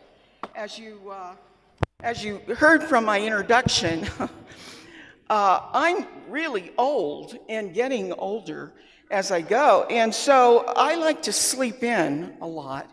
And one morning, as I was sleeping in, just about 3 weeks ago or so, I got a call, and it was from Debbie. And I go, oh my word. And she said, oh, Maggie, are you going to be able to come up to my inauguration? And I said, oh, Debbie, I don't think that I can make that trip. You know, I'm really, really old. I've celebrated now my 4th annual 79th birthday, and I really don't think that I can possibly go that far to come up here to celebrate this, but my spirit will be with you. She's okay. So the next morning I got another call, and she said, you know, I told Carol that you couldn't make it up here, that you were probably too old to, you know, make the trip. And Carol was the one that said, you've got to get her up here. I go, what? And so she has made it possible for me to be here today in front of all of your distinguished people, your family, your mother, your granddaughter, your sisters, and all of the people who have come here to celebrate this. So let me tell you a story that involves Debbie. It's a story of a learning journey that began because of the wisdom of your leaders who made an investment in young educators with potential that had yet to be realized. It started some 30 years ago. I told you I was old. Your tribal council was approached with an idea for an education leadership program delivered by ASU's College of Education, Division of Education Leadership. And it was proposed by one of the faculty at the time, Dr. Grayson Noley. Dr. Grayson Noley had joined the faculty as a Native American. He was Choctaw, but worked for the Cherokees. At one point, he was told, as we brought him up to Indian country, that he really was the wrong kind of Indian. And we said, we are very happy to be with you, Grayson, as we were working with a number of people here, because he was very proud of his heritage, as he should be, but I don't know, he was really out of his depth a bit here in the Navajo Nation. However, he proposed the program, and the word went out that this program was going to be different. What happened? It would be supported by the tribal council. Tuition would be paid for. Books and materials would be supplied. There would be reimbursement for travel. And there was a stipend. They got paid for going into this program. And so, not knowing anything, the word went out, and there were 13 applicants, Debbie being one of them. And there it started with a luncheon that was hosted down at ASU in January of 1996. Now, I didn't know then at the time that I would be involved in it, because the Navajo Fellows program was somewhat of a work in progress. Grayson had not really fine-tuned it to a point where we had a map with the end in mind. We knew we were beginning, we just didn't know quite how it was going to end. And lo and behold, Grayson left ASU after that very first semester. But that very first semester was important. Grayson came to my office and asked me to teach in the program. But he said it'll be a little bit different of an assignment. And I said, well, what? And he said, well, it's going to be on Friday nights between 6 and 8 p.m. and it would be televised from a downlink that was here at Kings Canyon High School and the downlink that we had at the College of Business at ASU. Well, I had never done anything like that, so I declined. At the time, my father, who had lived with us for 8 years, was in declining health, and I thought, I'm really going to be needed. I don't really need to do this. So I told Grayson, ask somebody else. Go see Bob Stout. He had been a former dean. He will be able to carry this program on. I'm sorry, but I can't take that on. He came back a couple weeks later and he says, Maggie, I really need you. You're colorful. I go, colorful? I didn't know whether when he said that I was colorful and he needed to have a colorful person to deliver this on television. Well, I said, well, what is the course? I asked him. He said, it's called the American Education System. And I said, well, that should be easy. There isn't one. And there isn't one. That we know. There surely isn't one. So, but Grayson jumped in to allay my fears, and he said, now don't worry. I'll give you my syllabus. It's kind of a sacred thing for a professor to hand you their syllabus. And I'll give you the textbook. And you won't have anything to worry about. You got this 2-hour slot. And you will fill that, and that will start the program. So I accepted. I took his syllabus. I took his textbook. And I was at a conference with another colleague, and I was really looking at that textbook that was supposed to be taught in that course. And I was reading it, and there was one word about Native Americans. One sentence in the entire textbook of the American education system. And that sentence said, the Indians were removed from the town. I go, how can I possibly use this kind of a textbook in front of this new cohort of Navajo fellows? So meeting the fellows then at this luncheon was really something to start the program. But using Grayson's syllabus was not in the cards.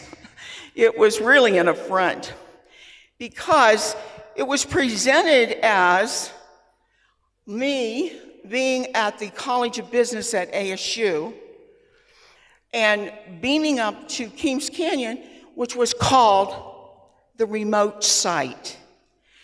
And I thought, you know what? That's really wrong. Remote site? This is where it is. This is where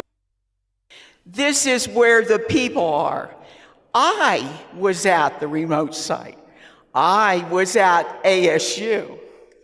So we quickly got acquainted at that luncheon. Debbie showed me a bit of her portfolio at that time. And I looked at it, and my word, it was a beautiful display of all she had been, all she had done. But the thing that really struck me was a picture of her on a horse, barrel racing. And I thought, oh my, what? Who is this girl? She's riding a horse and she's barrel racing. And then I met Carl and I found out he was bull roping or something of that nature. And he was within seconds of being the national champion. And honestly, I was in awe. I really couldn't believe that I was going to try to teach this course from ASU. Now, there were 13 students. And as luck would have it, when America began, there were 13 colonies. So I assigned each of the students a particular colony to research how was education done in each of those colonies. Debbie, I'm not sure what colony you were. probably doesn't remember. I just remember that Helen Asseret took Rhode Island, the smallest of the colonies, and he appeared on a television screen with a crown and a ribbon that said, Ms. Rhode Island. And she was making a presentation about education in America. Wow, that was fabulous, seeing each one stand and deliver. But then I thought, maybe we should really research how each of your families, go back as far as you can through the generations, and talk to them about their schooling, and bring back a report. How did you do school? How was learning done? Well, that opened really a lot of pain.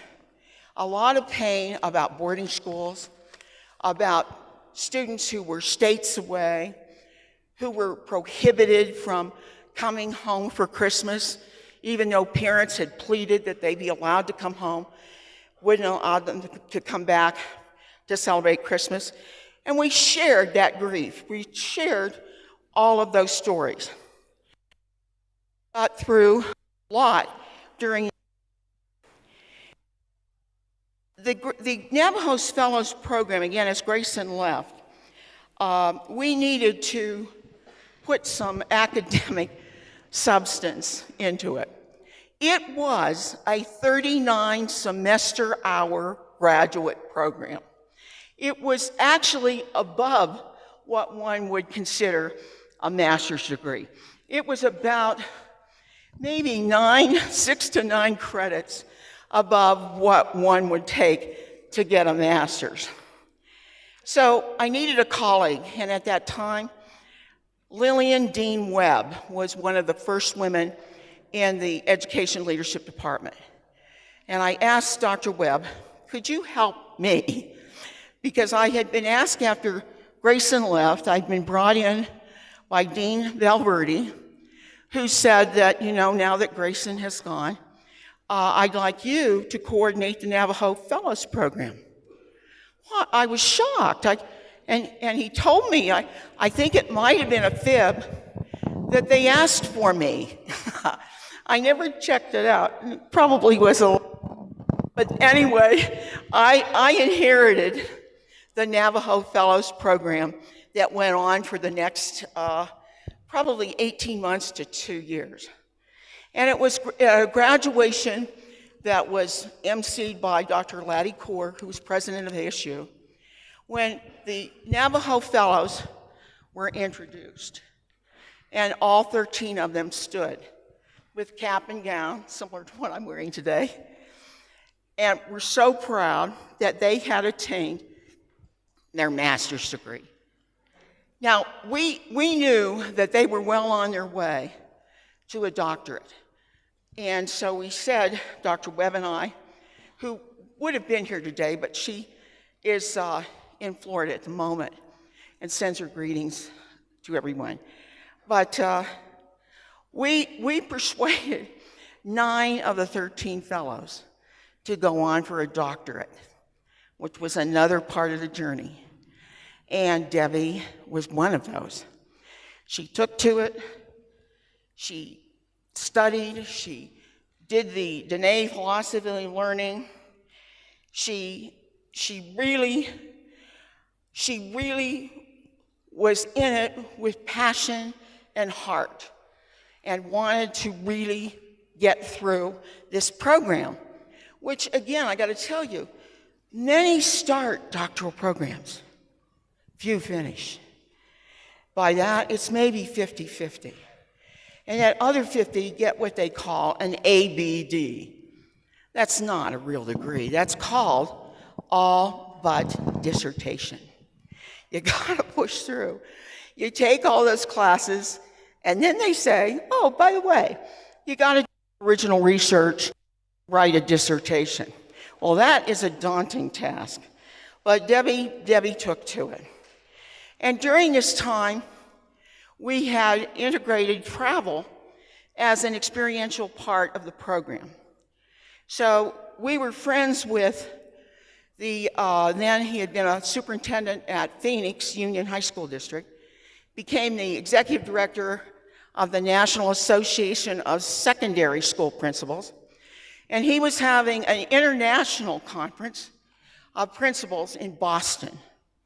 And he invited the Navajo Fellows to come to Boston to share with that crowd from all over the world, to share the Dene philosophy of learning, which again, they presented.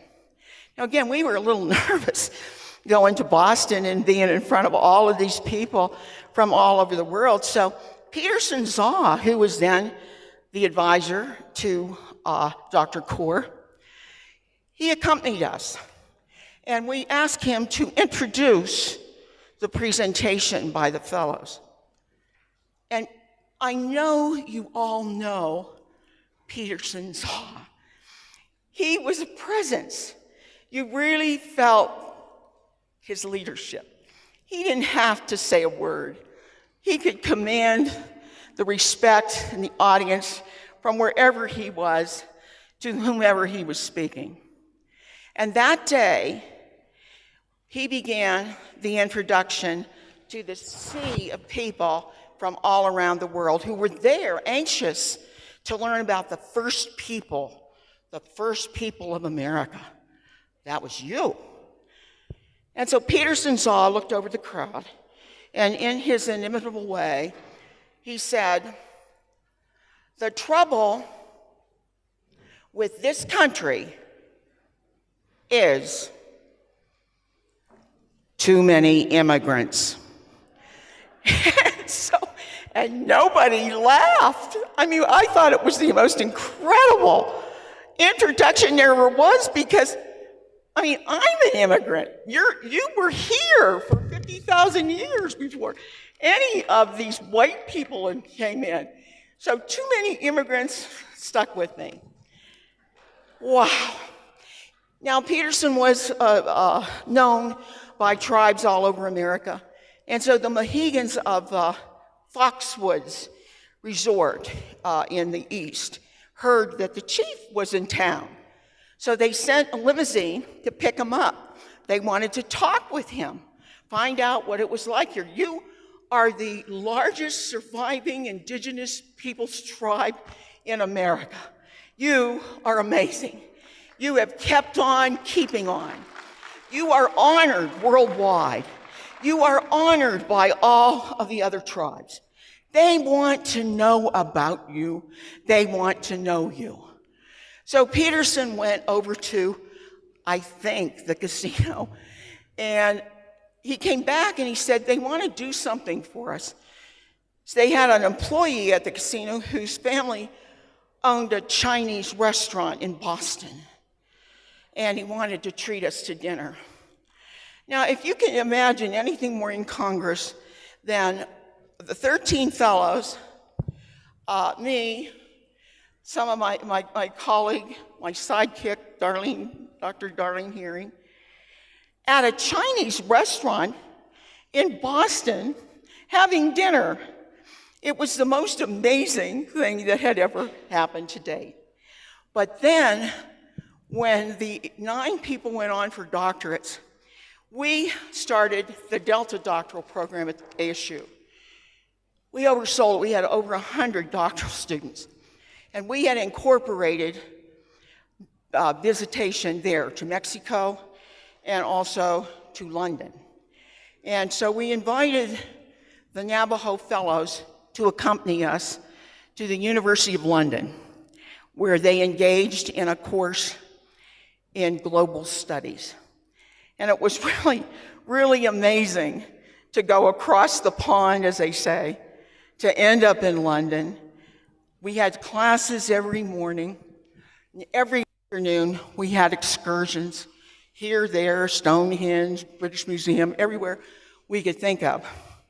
And again, I was very concerned about the care and feeding of the Navajo Fellows, because there were 100 other doctoral students, and their families were there.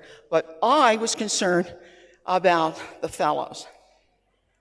until one excursion we were on, we ended up, we'd seen Stonehenge and we'd seen all of the usual places, Windsor Castle, whatever. We were at Stratford-on-Avon, Shakespeare's birthplace. And Debbie and some of her colleagues came to me and they said, we're leaving the tour, we're going back to the hotel. I go, what do you mean? They said, yes, we want to go back early because we're going to take the Channel to Paris.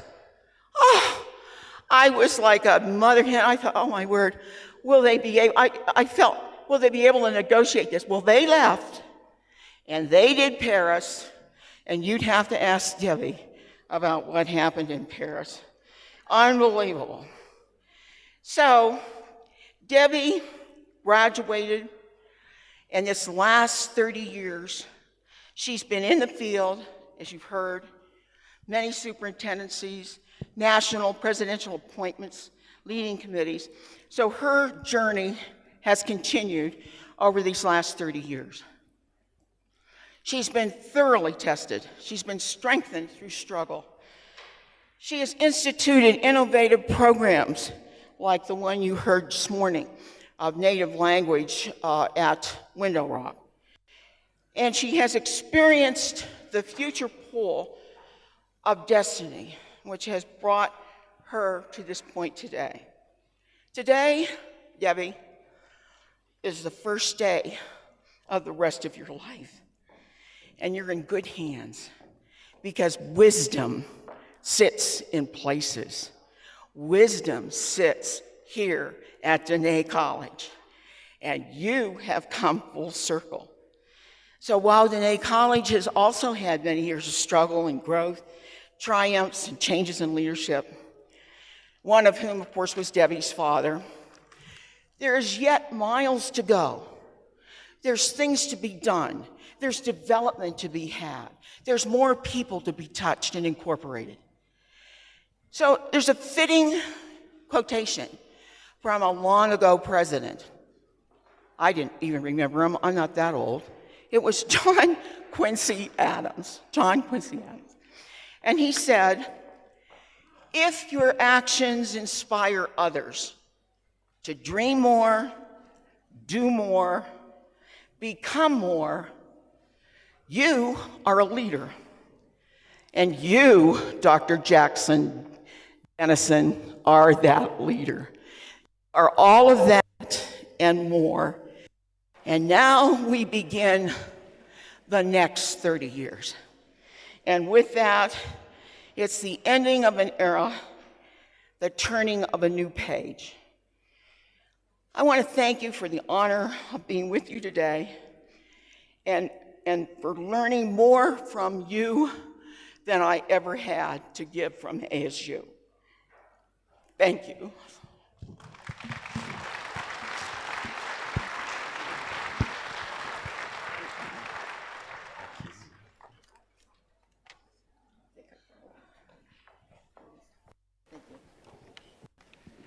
Thank you. We're going to go ahead and move forward here with what we came here for today. Not ani kwaage bikehotini, not ani tolzin noko e kwaage benye kohoni tloko kinal at all niche historical event from 1968 kwaage ketol yalata Jokut and Halon. Has three sons, so Hayui, at ye Kago Jokut out of Na Quagito Ja Kut out Qua Nad Ne Ginjano not Anin, Lenigitol Z. We'll go ahead and move forward here. Please welcome Clyde, Judge of Delcon and Rama District. It is my honor to introduce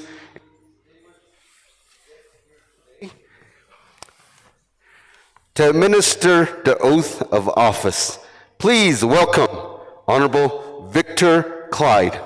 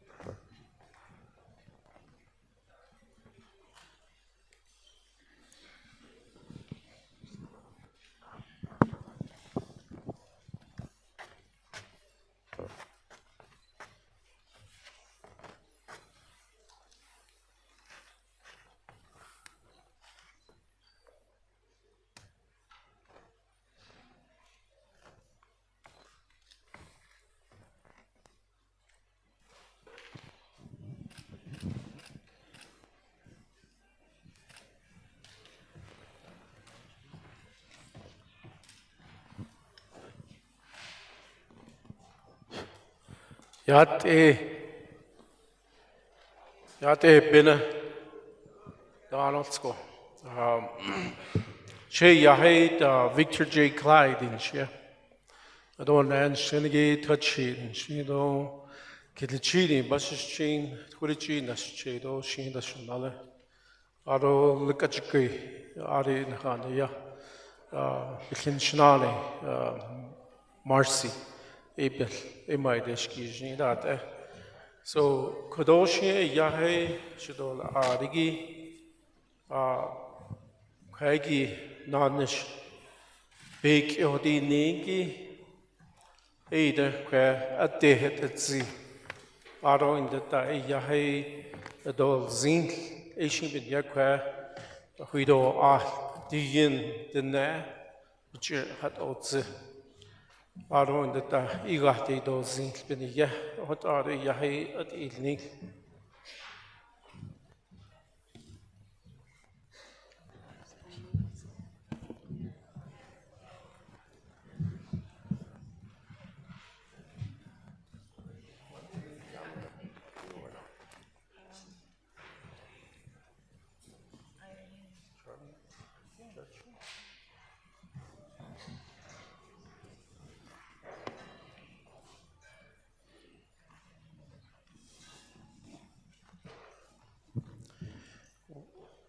We are going to go ahead and proceed with the oath of office for the position that the Dr. Deborah Jackson-Dennison has been appointed to.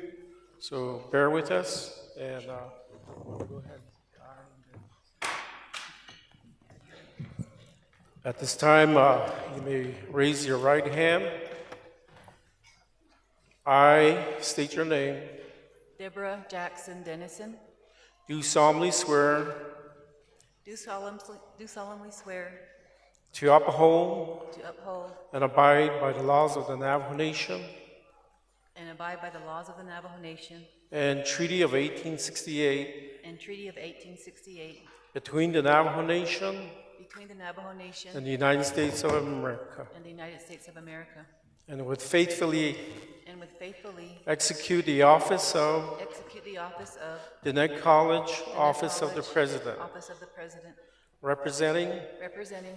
Denet College. Denet College. And will to the best of my ability. And will to the best of my ability. Preserve, protect, and defend. Protect and defend. The laws and government of the Navajo Nation. The laws and the government of the Navajo Nation. And advance the interests of the Navajo people. And advance the interests of the Navajo people. Having due regard. Having due regard. For the ethical duties. For the ethical duties. And responsibilities of the office. And responsibilities of the office. So help me God. So help me God. Congratulations.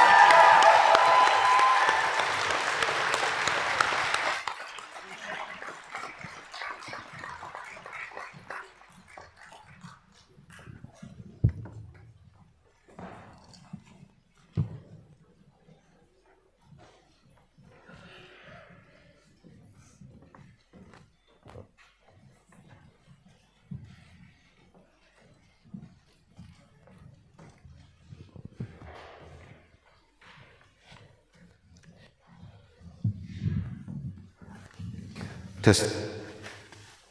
All right. Now, hello. Now let's welcome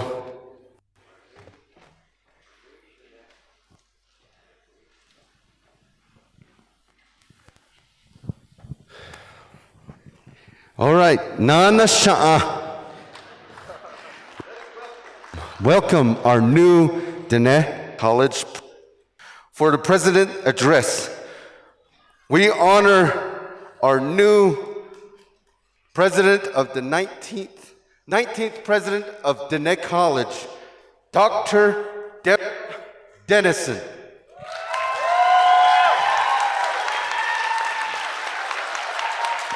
Thank you. Yeah. Thank you. Can you hear me? Okay. Yeah, thank you.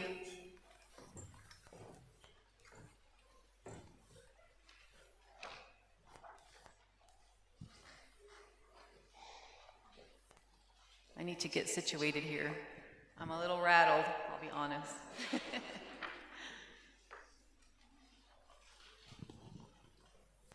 Yat bene. Is it still morning? It's still morning, but yeah, thank you.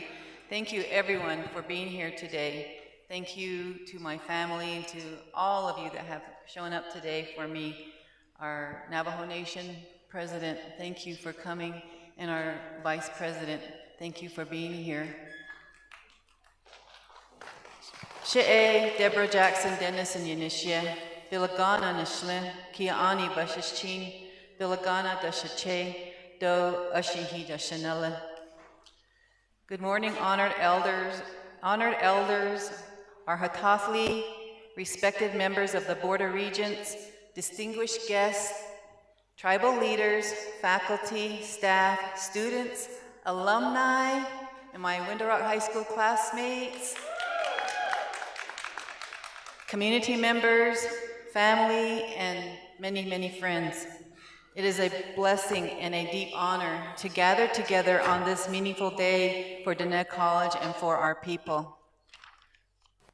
Today's inauguration theme reminds us of our responsibility to continuing honoring Sahanaye Begehajon. The philosophy guides us toward balance, harmony, responsibility, and purpose.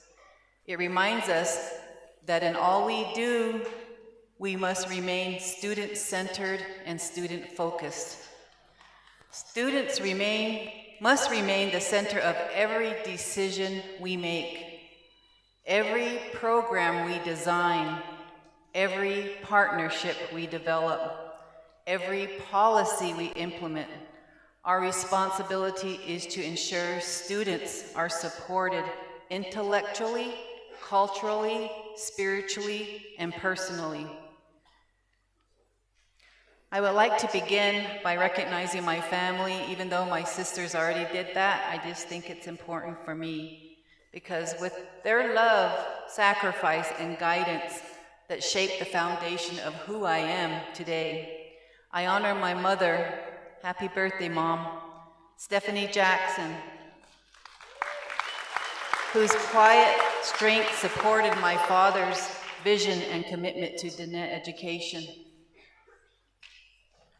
I remember her as a young child. I remember her late in the evening as the ideas were being discussed in the Hogan that belonged to Ruth and Bob Russell. They were discussing the future of our people, and there was my mom sitting at the typewriter, typing away. That's a memory I have. I honor the memory of my father, Dr. Dean C. Jackson, whose unwavering belief in educational opportunity, dignity, and self-determination continues to guide my path. I recognize my siblings, Dina, my late brother, Stephen, Carol, and Charlene, who shared in the experiences that shaped our family journey that you heard about. I honor the memory of my late husband, Jackson-Dennison. He was my best friend and life partner for 39 years, and he worked right here in this gymnasium for 20 years, coaching the rodeo team.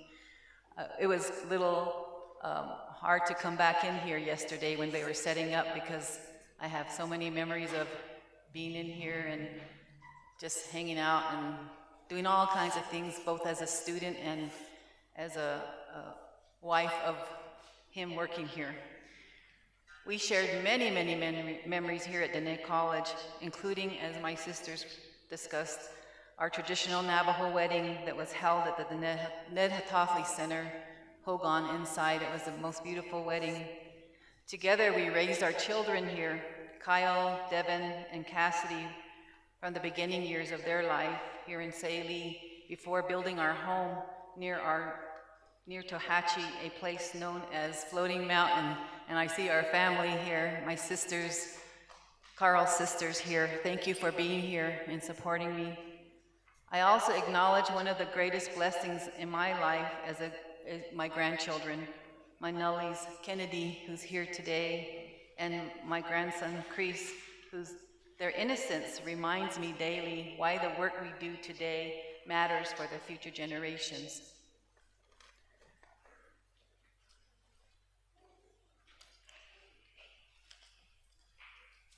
Today's inauguration theme reminds us of our responsibility to continuing honor Sahanae Bekehajon.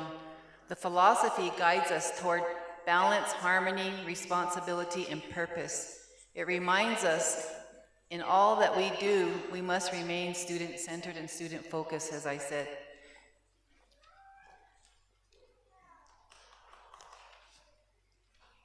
Dene College has been a part of every stage of my life, as a student, as a member of the intercollegiate rodeo team, and I see some of my team members out there, John Boyd Jr. and his wife Clarina, who went to school here with me.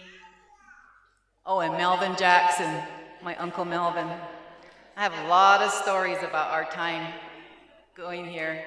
I was sharing with my staff the other day about how I was one of the candidates for a rodeo queen, and they did an election and they sent us out, in the student union, they sent us out to take the vote, and I guess the club members were gonna vote.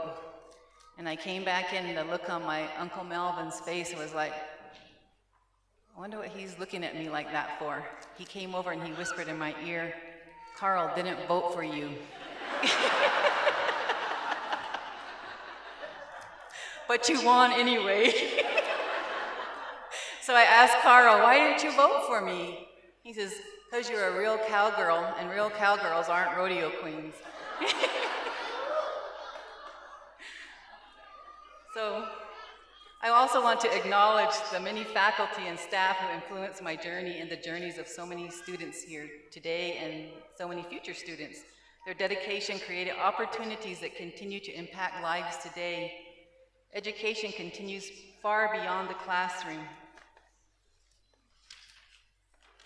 The land upon which the Saline campus sits was possible made through the foresight of the Kia'ani families, Chala, Banala. We honor them also, and I know you have many families here that work here and live here that are still here today.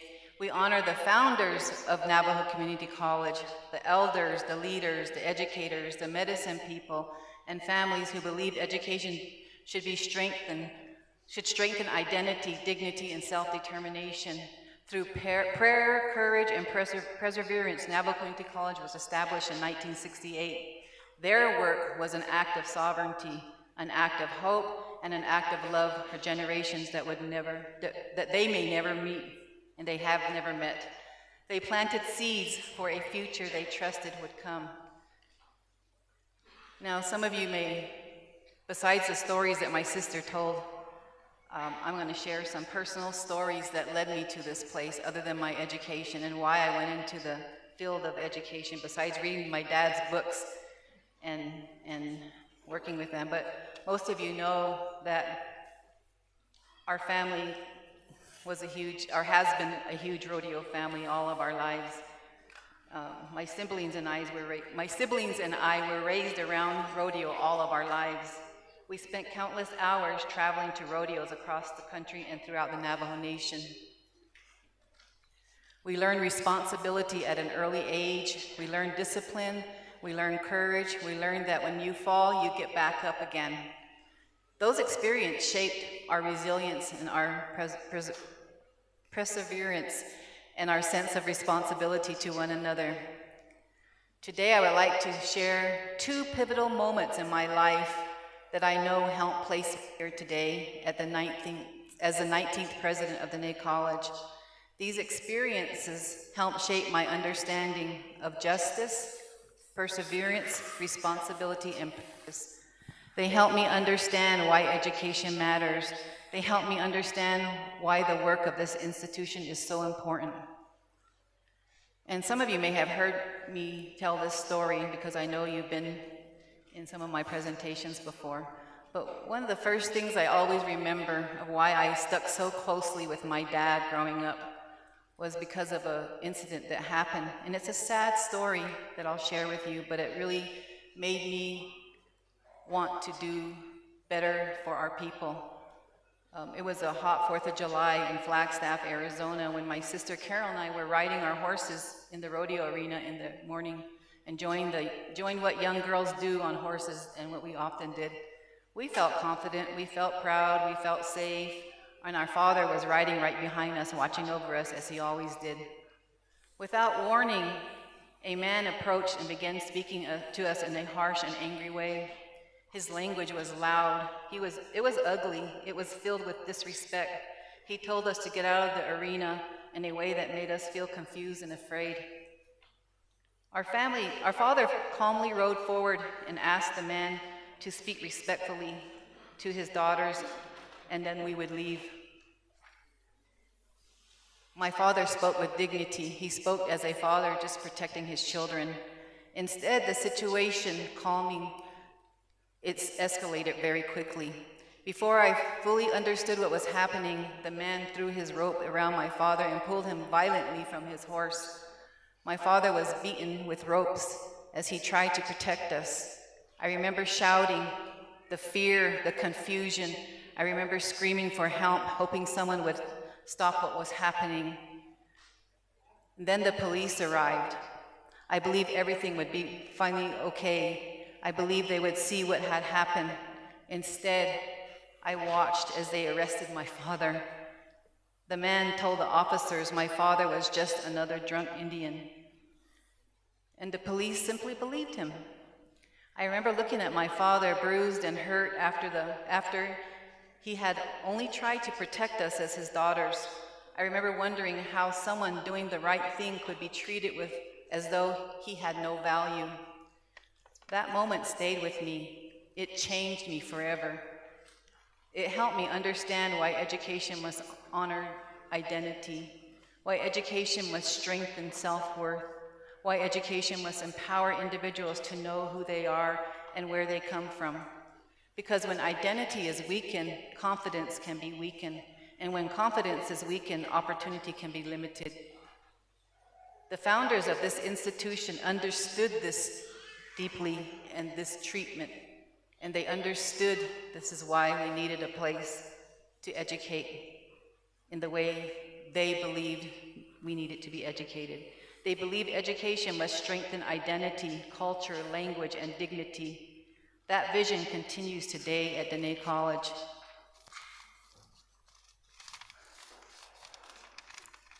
The second pivotal moment that occurred years later, during one of the most difficult times of my life, our family had experienced the deep loss with the passing of first my baby boy, my father, and then my brother within a short time frame. Grief can weigh heavily at the heart, as you all know. It can create moments of uncertainty, moments when one begins to question direction and purpose. It was during this period that I experienced something that I can only describe as life-changing. I was struck by lightning while loading a horse into the trailer. Totally ignored my husband's directions not to do that, but I did it anyway. And then the horse got hit and I took the secondary hit.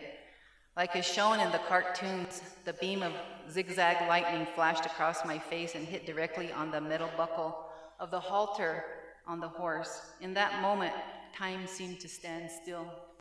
As I laid there in the mud, knocked out, there was a powerful sense of stillness and clarity that is difficult to describe. I felt a deep awareness that I still had more work to do. I felt a strong spiritual sense that my journey was not complete. I felt guidance reminding me that our experiences often prepare us for responsibilities we do not yet fully understand. I honestly felt my dad tell me, get up and get going and go back to school. Do what you need to do to make a difference. That experience did lead me back to school. It strengthened my commitment to earn the degrees necessary in educational leadership. It deepened my understanding that leadership requires preparation. Leadership requires humility. Leadership requires responsibility. Each step along that path became preparation for service. Over time, I began to understand that perhaps I was being prepared to return here at the right moment to nurture the seeds planted years ago by our forefathers. Seeds of sovereignty, seeds of identity, seeds of opportunity, seeds of hope. Sometimes we are called to plant the seeds, and then sometimes we are called to water the seeds. Then sometimes we are called to protect the seeds. And sometimes we are called to ensure they continue to grow. Sanahaib reminds us that education is preparation for the whole person.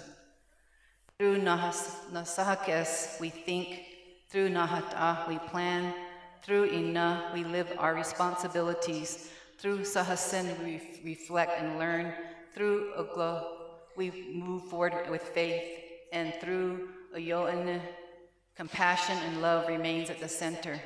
The last two I was reminded of by Dr. Wilson O'Ronald the other day when he came to visit me in the office. He said, we stick with those four elements all the time, and we many times forget the last two, and that's where this humanism comes in, how we treat one another, how those situations that I witnessed as a young child should have never happened if those two were in our systems of learning throughout life and the teachings of our people being put back into the Western education system that really was meant to, as people have mentioned ahead of me, take away the identities of our people. So we honor Sahane Begehajon, the true education natures that mind, the body, the spirit, and our relationships, and we honor it in that sense. So the future vision for Dene College, well, I'm back here, is we will strengthen the Dene Studies programs. We will revitalize the Hatathli Mentorship Program. We will prepare professionals to serve the Navajo Nation. We will develop community responsive campuses by finding out what each which community really needs are in each campus, and come back and work to develop that through our advancements. We will strengthen partnerships. We will grow as a research institution. There is so much work to do. As I was talking this morning, we had an early morning prayer, and I was talking about the hard work, and it's time, it's all hands on deck. I'm talking to my staff and the people that work here and our community and our leaders throughout. It's all hands on deck. And the cowgirl in me says, it's time to dust ourselves off. It's time to saddle back up and ride forward together. The seeds planted by our founders were planted with prayer. We nurture those seeds, we protect those seeds, and we help those seeds grow. We honor Sahane Gehajon. And in closing, I want to thank Glenita Haskey for the last year of all the work that went on here, holding the fort down. It was a difficult year coming on and reviewing. The first month of my working here from March 2nd to now was with her and the other executive leaders, just looking at what we need to do to get our student union building back bigger and better, and what do we need to do financially to build more and grow more and be more successful. So it's just I just thank her for holding the fort down and really doing a difficult job first losing a beloved president and then the fire that took place. So I know that I want to reflect on that just a little bit because it is something that has to happen to move forward. So thank you, Glenita, and thank you to the new board members that came on right after that event. And thank you to our Nigrin who appointed such qualified board members. I can honestly say I've never worked with a more educated board that has the best interests at heart from what I can see. And so I'm really thankful for your leadership all the way, all of you. And then I just want to say once again, and to our Navajo Nation leaders, I know Speaker Curley is on the agenda, and I know President Nigrin, you're also on the agenda, and all the dignitaries, our councilmen, thank you, that represents our community here. I'm appreciative of you being here and for the services to the people and to showing your support for Dene College as we strive to continue our people as a nation's college. I'm very fortunate to be here. I'm very honored to be here, to come back and fulfill that vision that was set forth years ago. And I also want to acknowledge two leaders that are in this community that have, and many of you are leaders. I see a lot of you out there that have worked with me. I see my San Carlos people out there, and thank you for coming all the way from San Carlos to support me. I appreciate that. And I see Dr. Elmer Guy, we'll work together. I'm looking forward to working together with you. And I see Mr. Quincy Nate, the superintendent from Chinle. I know we're in your district, so we heard your bus honking early this morning, and Charlie was wondering if Wilbur was still driving the bus. So I don't know if you heard that part, but, and then I see Page Unified School District board members and people from Page. There's many years of working with Desiree Fowler and Carlos Begay and others. And so I'm very appreciative of all of you being here, especially my family, my aunts, my uncles, our visions, all of them sitting here. I know that without them, without their prayer, I wouldn't be here right now. I see my cousin Mike Ramirez and his wife Mary that came all the way from Albuquerque. And then Jennifer, thank you, Jennifer Kennard. She was a CFO at San Carlos with me, and she came out all the way from Globe to be here. And Dr. David Braswell, thank you for being here. Many good years of working together with these people throughout my career. Joy Maines, I think Gloria's here somewhere. And then my family, there's so many of you here. I really appreciate you. We just recently hired a new vice president for institutional advancement, and that's Serena Danette-Sosi. Thank you for all the work that you are going to do with me and for being with me. Some of our former rodeo coaches are here. Leo Gishi coached our rodeo team back in the day. I know that Melvin and John Boyd gave him a hard time all the time. I won't tell the stories, but we had a good time in those days. Herman Sosi, I don't know if he's here, but he also was the first coach. There he is, Herman and his wife Minnie. They were such good people here, as many of you are that are still here. I mean, most of the people here at Dene College are the children of people who worked here before, and that's what's neat, and they're graduates, and that's really awesome. I see my sister, Lorraine Nelson, who was on the board at Window Rock for many, many years, and a teacher who worked with my late grandfather, my Che. She was his secretary, if I remember right, but that's how far back people go in our family and our connections. And I just want to say thank you for making your way back up here. There's just so many of you I can thank, and I know that time is of the essence, and I'm just starting to rattle. I see the BIA people, and Edie Morris and Emily Arviso and John, thank you for being here. I worked with all of them at some point in my life, and Edie's a family member too on the Morris side of our family, Carl's family. So it's good to see all of you, my aunts, all of you, the Ashihi and the Kiani people that are here, and my big brother, Elmer, my big daddy, I should say, Elmer back there, raising his fist.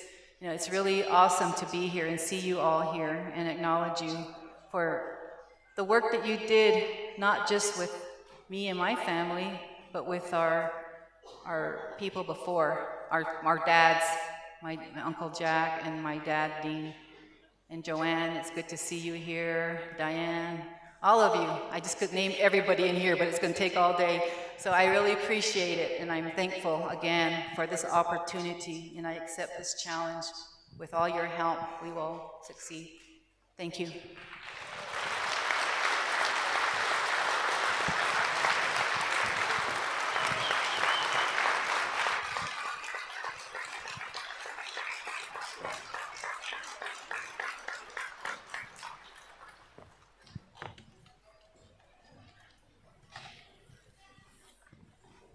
Ahiaha, Nijoniya Ahiaha Shema, Njanogosa de Hainzi, Kachinko Nasna Hol Jistolet. We're going to go ahead and move forward here. And congratulatory speakers that we have here. It's really hard to follow a script. I'm not used to it. But this is the first time that I'm following a script. So, thank you very much again for each and every one of you being here. And today, I'd like to thank Honorable and Madam Crystalline Curley, Speaker of the Navajo Nation Council.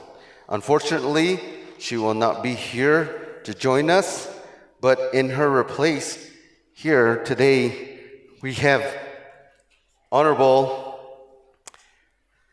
I'm sorry here, a lot of changes. Please help me welcome Carl Russell Slater of the 25th Navajo Nation Council, Vice Chair of Budget and Finance Committee. Hello.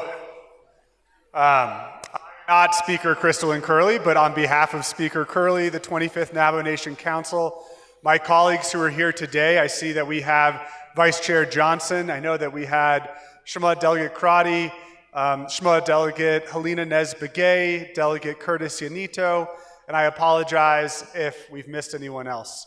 But I'd like to express our congratulations to you, Dr.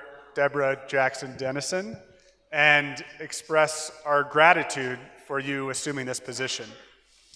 I also see that we have Senator Hatathli, I think Mr. Hernandez, good to see you, and Dr. Guy Chache, good to see you as well. I obviously do not have prepared remarks because I didn't think I'd be speaking today. But when you're called upon to speak as a Natani, you have to fulfill that. So I hope that the words that I share from my heart have a positive impact upon you and contribute to the wholeness of this institution and everyone gathered here today. Thank you to Dr. Sloman and to President Nygren and Vice President Montoya. Mr. Clyde, Judge Clyde, good to see you again. I think I sponsored your legislation, so we're keeping it in the family here.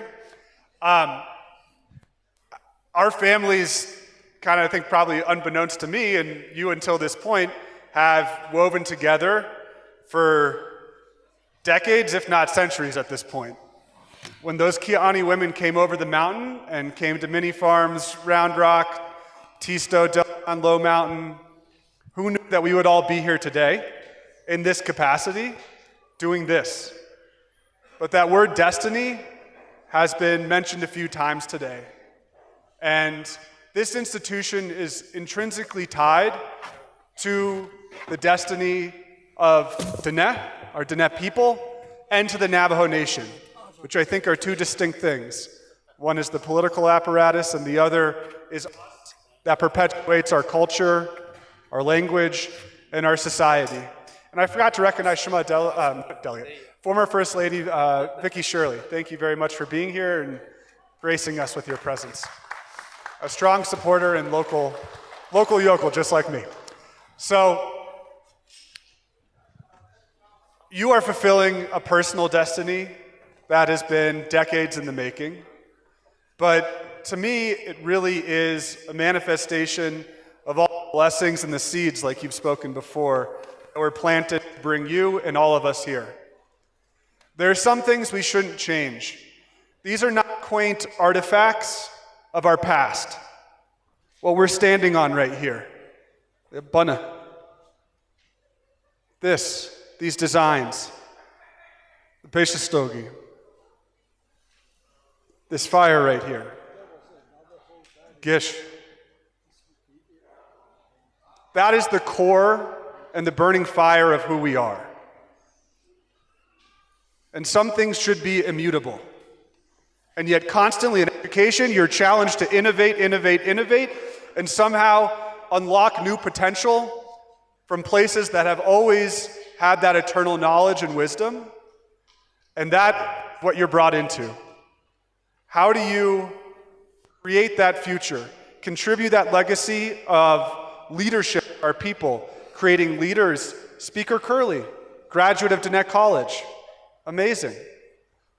And now you, a graduate of Dennett College here. We constantly challenge ourselves to think we have to change this, we have to tweak that. If we only just do this, we'll unlock our potential and we'll make everything whole and things will be easy and they'll come easy to us.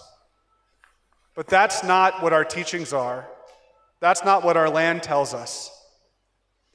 All of these stories of horsemanship, gosh, I remember sitting on the bed with my Che, talking about trying to get this place founded, being in many farms and borrowed BIA buildings, going to lobby. I forget this guy. He's a congressman from Colorado. I think he was on Interior Approps. And they're going in there. Seems like they weren't going to get the funding. But my Masuna, Ruth Russell, she asked a few words with him alone. And when they walked out the door, he was kind of slapping her back and they were laughing. And it's like they were old friends. Whenever you reach that challenge, you always have to get back on the horse. That's what only a true cowboy and cowgirl knows, right? You can't let the horse think that they're the master of you. I remember my Che, when he was older, he got bucked off a horse. I think he broke his neck. He's in his 70s at that point. But he got back on and he rode back and then sought medical care. Each of us will confront that, and our students. I'm sure you want to see them have that easy apprehension and comprehension of knowledge. You want to see them succeed in both their traditional education and their dominant Western society education. Just like getting back on the horse, this institution was meant to bring education into Dennett terms. Everything, our government, how we perpetuate ourselves as a society, who we want our future leaders and children, educators, doctors, lawyers, businessmen, that they will do it on our terms. On the Jewish side of my family, there's a teaching that some people subscribe to, and it's that each generation maybe is not as righteous as the ones who precede it. And it can become seductive and nihilistic. Antinomian even. That it's all lost. But that's what the federal government, that's what those who want to cleave us from our lands and divorce us from our culture and who we are, that's what they want us to think. But who do we have here? Avery, Chiche, Johnson, Wilson. Those are our leaders, and they remind us that all is not lost. But the second part of that teaching is, because say something, maybe a teaching is lost or something may be not translated from each generation, that you have to cleave harder and harder to what we do have. And that's what this institution is set up to challenge us to do. That we cleave to our tradition, that we hold it close to our heart, that we keep our tatadin right here, that our words are sacred, and that we don't buy into the dominant society of there's no facts, there's no truth. So many of the students who make it here and who don't make it here, so many of the people who are your peers, and probably many of you here, have confronted depression, cycles of addiction, that immense pain and suffering that comes when you've lost your spiritual core. This is a spiritual institution. It is a spiritual institution because of this right here. Because what was taught to you, and what has continued to be practiced by our practitioners here. And we can't forget that. If we lose that fiery core, then it's just another institution. It's just a place. But like Mr. Moore said, we have always been at the vanguard, and the political leadership always likes to throw our weight around and say, we're the biggest, therefore we're the best. That doesn't cut it anymore. We need to be nimble, we need to be agile, and we need to have vision. By all accounts, you have left every single place that you have been to in better condition than it was before. Not many people can do that or have that said about them. So it means that we all have the standards set here for you, and I know you'll live up to them. So when you get bucked off, get back on. Know that the holy people are guiding and protecting you, that they're filling your soul with prayers. Pray in the morning, in the afternoon, in the evening. Do not forget our traditions. And you talked about being student-focused. That is so core. We've heard a lot about families. I wouldn't be here. Jackson-Dennison married my parents. I wouldn't be here if not for him. Shadat Peterson Zaw, if he hadn't sent my mom to Washington to restart the Washington office, I wouldn't have been here. Because that's where she met my dad. And as my Masanas would say, who's this white man who stole away our little Kiani daughter from, she was a rodeo queen though. So we'll let that speak for itself. Our students are children of someone. This is all one big family.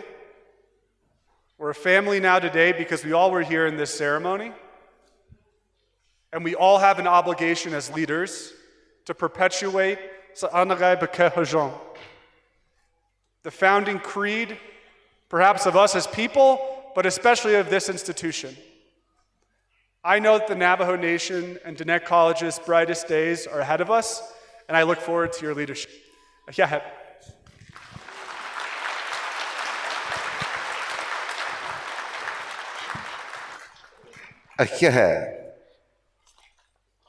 Please join me in welcoming Honorable Navajo Nation President, Dr. Boo Nygren.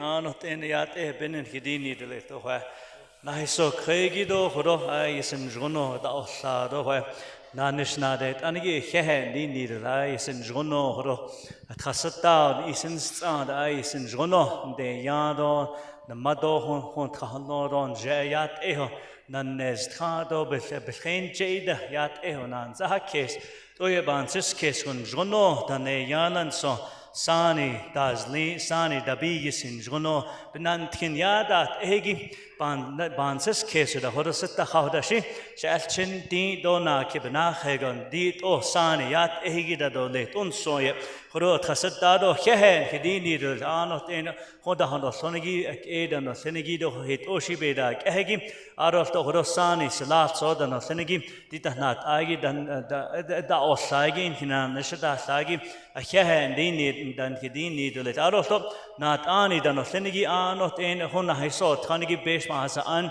hosdober khahat zojedo shib hosdober khahat zojedo yot khoje khahat zojenat ani yehuan tehuan ehto nihinan shdah enigi Arot Ahuichin when Hinan, Shadat order, Chinias do Stuido Sani hate, Oshi, dan not Hino, 8 on Hinan, Shadat, and he ate or head or late.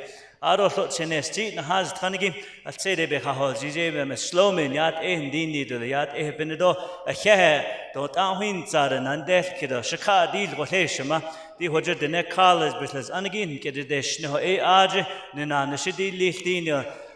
Dini rigi hehen dini the arot anot in the when I saw Tanigi a large and hinan the shidat and it got hatati than othenigi hehe is in Jono sindo so the zindo anot in the pain that so tagia at pain that so tauda nantin leg des cargo pain that not can hate ola Jono do badadi kata win son she hot on hinan the shidat arot the kushi hona and I saw Tanigi ultra Nan Hinan Shidat, and he gave to a head on it to Eben Yehweh, he hate all that he were and needed not anim, Behodini, do Yadadini, do Dito, Ninan Shibit Edilich, but then Dr. Jackson-Dennison, a hehe, eyes and Jono eyes, Annehi. Bigatini, the Stasi Disney, Nachin and Anish inland, Lego that the thing that they sniffed only, who wanted Sataro, the hins and neck, a day, teaching an end, the Dothip can have the head Nathan, Jono, and not eat Licha, Ehotova Hida, Kadasi Yego, to Ahotzada, Ehot Enigi Akonat, Ani, but the Hoye, Lebanon, the Shidaila, Hojopa, Yat Ehon, Zahakis, Jono Yat don't lay hard, she at Chinias do Stuido Sanida, Hojo Bite in Zenigi, but not King on Jono, United or Litwin, so Ehoto, Bekinahodi, Nito Ehoton in the Nanishin Lageshi, I so they slid I done Jono, the next such that is Nildon, Jono, Nantinat in the Bedal town, Joe Kedi, Behade Stigishe, Joe I done, I send Jono in La Yat Ehon Yaho, see because see do where see the Bentindo, not Tonsheba, Yadon, Jono, Eshibe, Yat Eho, where Hosens Adolit, out of the old cap became, out of the needed Jono Yahat, lady, now ho head about not Teho, the Shajabet, the Sloto, Sido Yat Eho, which how deep Kagish, and then it don't lani, they don't send, but no. Hot Oshido best, Anne, Eshian, sick case, which, baby Trahostil, which, that the hot Osat, the ne hot on Han, Seda case, did the net and Lenegito, Hajon, Seda case, to Aledo, Yitanel, Ada, Hat Ninde, with the dish jade that he dahonitlo, his zad, Catchin Yego, the East do Yego, Nanish, Yadat, Egi, Kate, de Ka. Le hard she torn under the Yego banana, she on the Washington, the Beke, Tada the Carter, Le air archer the hot taho, now we are sorted than Le hot oat and net and law, Ishib in Yaho the dish in here when it has Aniki, the hot on the Hansa case, Edo based Ebony na, Tiware. Hana hal jishigido neje na hol jeshoshi din hizad hol ilto badadi katajo le da ahonit et ni sehda nanade beyon nehto le khachi nin le shido ni nat oze bashin chin thodichi ni da she nat oze dasin dan le to le noda hot enigi nan tin shin khodo khahila do le arofto jonon khalchen anire bahaot zihit o nikizad yenad ye yanada kitole yen sinada kest ekar hodishti hit ola bedad di til be bedad di tilge khwa ultra bel khaz anigi aita yedel nish aita yan sita kesto khwa nat an eto Bekendi, Kajuhanat, Aniat, Egi, Nanish Banadet, Anigi Bekenit, O, Johanat, Adodit, Oban, Siskes, Aidat, Isu Yahatzi, Eshmahas, Anitlinigi, dos Shishitles, Anigi, O, not sauce in Hiyahenni, and Kendasi, Zon, Jude, Ultra, Nenigi, Alchinias, Nenigi, Jono, Shihahod, Lisa, Ehot, a Hehadole, Josi, Le Kushi, Nesnana, Hegodat, and Jono Banana, Shido, Lisa, a Heh, Bekeda, no Senigido, Alchinias, Sokedo, Nulle, Keda, no Senigi, where Naledon, Mado, Behajegi, Yego, Batsado, دي نانش أي يسبج نهونتلا نانش أي يس خيط أودا الشنياج دونو سلبان سحكيس نجونو دنو سه نجونو قلت خايدو لي تو تنقت لنجي دو يديو نتن جونو إنا إيدو لي خنو إيه هت أوش آهويتي آدانو أنيجي دو بكي نادا سو زونش إيه هتو سو بكي سو نادا دو سن إيشي بي أكيد أكيه كديني الأروع Dr. Deborah Dennison Jackson أكيه دول آيسن جونية شلانو ورنيادو أنشتينش إيدو أنهي خيله لأني هتنيلا دنسون لإيدي خطود خدديل نشتو نت أندي تاتو وين نجين جونو نشي لا آهت أون سحكيس آهت أو بالله نات إتليلو إيهت أوشينان سكيس أروع نما وين أتخسرتاو أي سنيريا بكت كهدوشين جنو طبعاً هستيشتاله لبعشنا يادات إهدي كهجي أكيد له إهدوشي دين كتاهلون جنو دين دنيت ده زينشين كنادا هجتلو يات أنيت نجي دشكاغو ناني كاتوليك دين أبي أكيه ديني دولك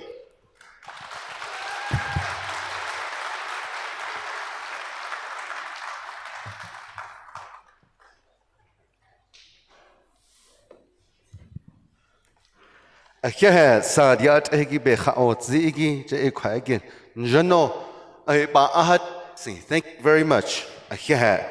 We will go ahead and move forward here with the Journey Song Blessing.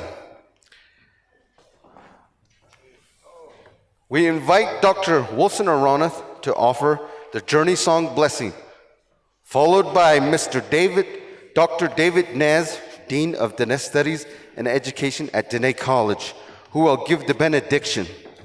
So as they're preparing here, they're going to bring up the traditional basket too as well. There are ceremonial processes. Not ani gilzi, not ani kwake, sodazan, bahalodo, ado inda isenigi ilto bahalo. Eye kwake hajoto zinch, yinachi et edole, yinachi betzil dole. ينشأ دولة إيشين لي دو يادا تهجي جايجي خالني دولة دو بهديش نيدا دولة نجنو كت آية بني يكو سنجي بندت نهينات آني دان لنجي نات آني بيين دهلو أكو بتصدزن دهلو إيه كايجي كون نجنو كايجي شتشي Dr. Wilson Aronoth and he ka adol كايجي.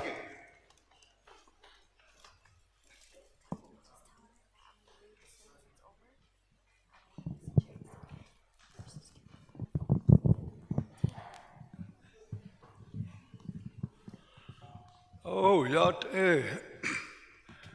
Sijil hasitza. Yat Alo shehed na. Don jonige. Alo konzahona khedla.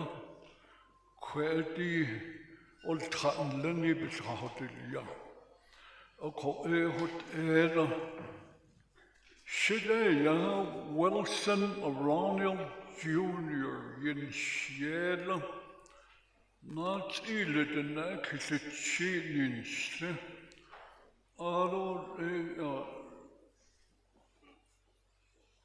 Hallelujah. Shainush Ayo Aleva Yosh Nesalim. Touchy, the Ebashichin, Tanasani talk on the Nedashiche, but I need the Nedashin, Tohale Holiede Nasha, a conde Sositindo, but Asana Hello, on the Bahashi, the way Totis Aholia, although Chicken was none of it, I guess you might say, I came here by Wheatfield, just east of that chapter house, 71 years ago. I've been married to my wife 71 years. I never read on it. I guess it's all right.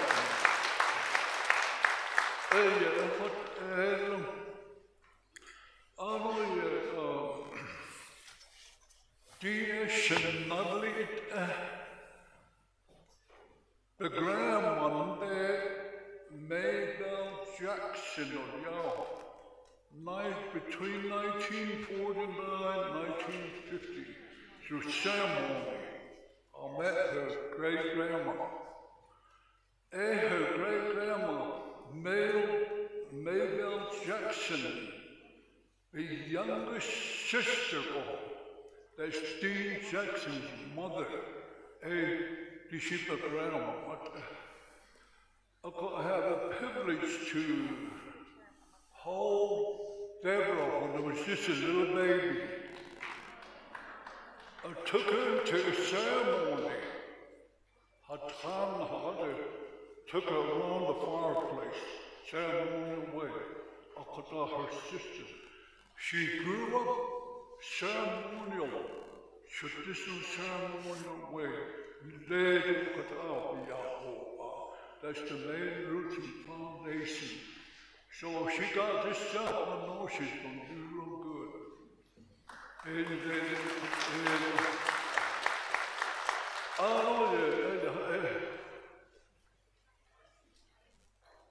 April the 13th, 1971. I guess you were all somewhere. But on that particular day, up between 9 and 10 o'clock, this. She went Edward Bahay Harvey would end the Ida, the Gish.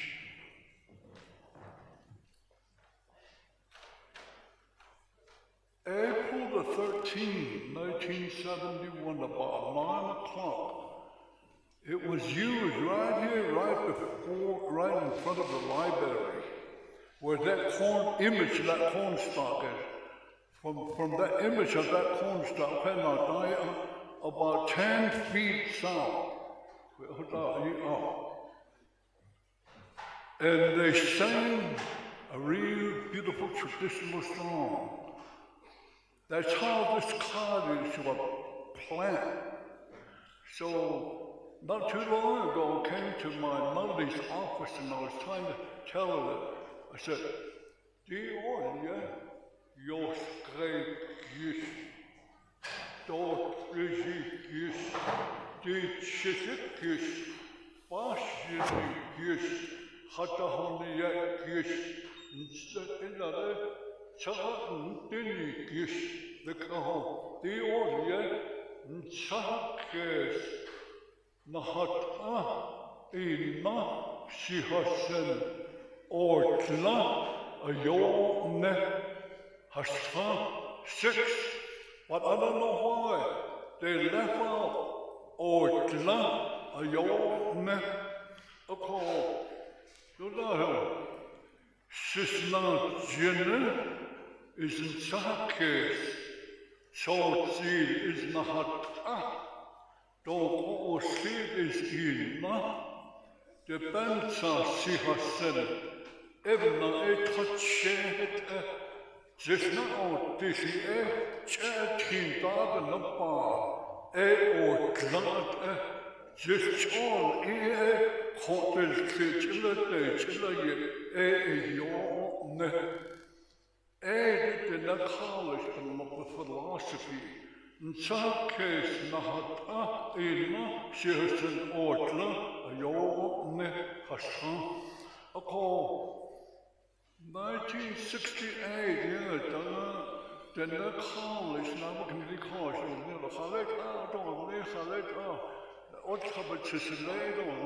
philosophy, Then had coffee, these are also had on here, Carl, he said his lip out of it. You should be little way to eat.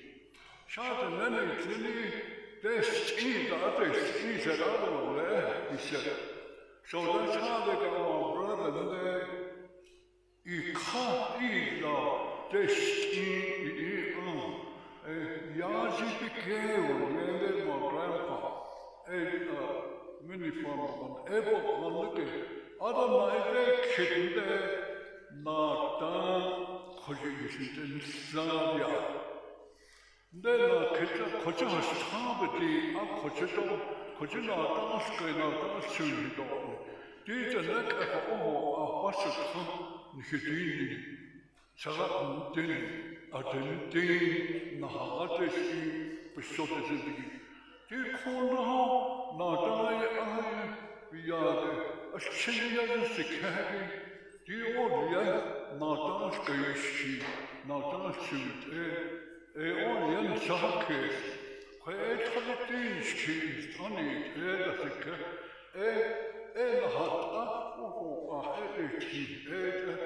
Kodesa, Navashi, because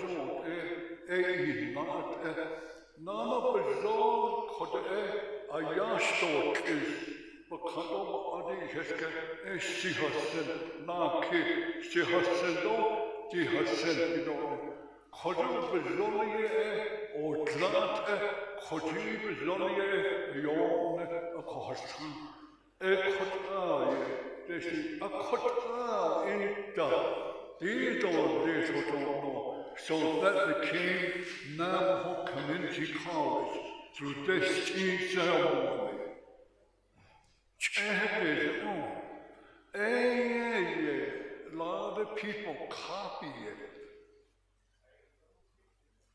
But they don't know the history of it.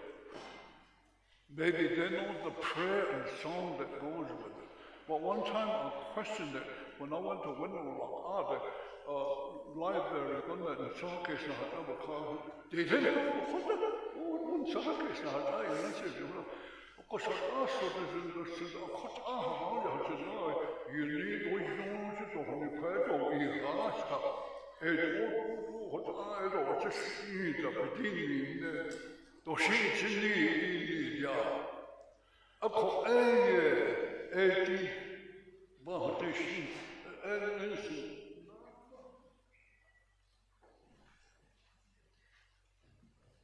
the door, Hatilia, 1968, or 1969 for the show.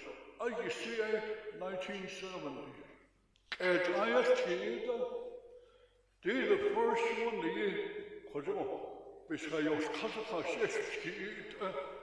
Kojo Bisato Azakh, the sacred palm, a large Mahastrando Yatiskis, yes, in the Gishi, Venes Tibetato, Hatatin, Venes. Konne Ayashtot is Bakatoba Heske Mahanoka Konne at Sonrali, a city dust easier dance like gold yellow bird, Eolia Sonrali, Bakatoba Heske Mahanoka, is Chiana Chin.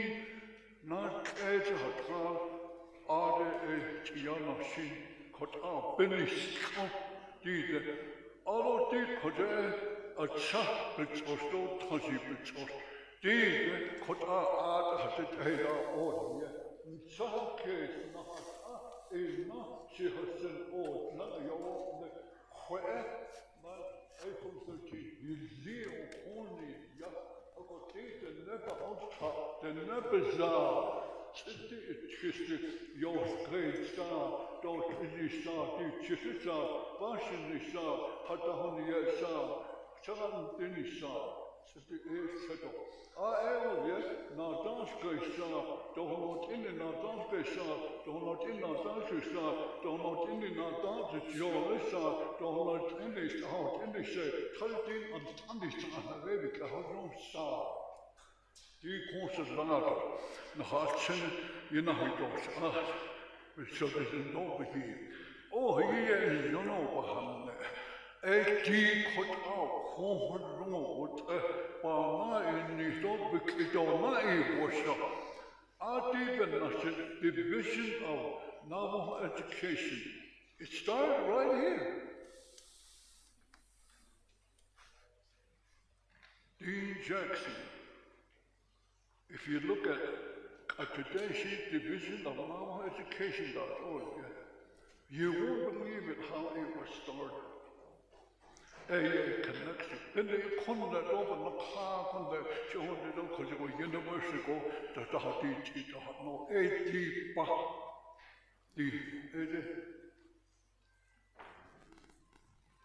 I don't put a sheet or yet up in his hotel in the sheet.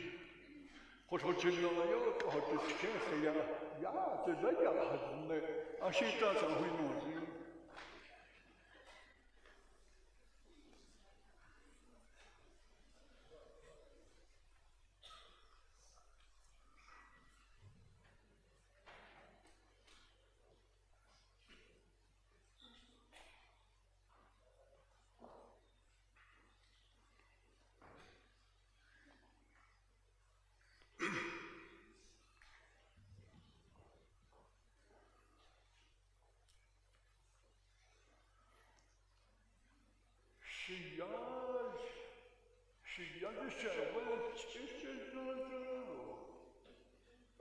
That's how the sacred mountain, the holy people look at you every day to walk in peace and harmony.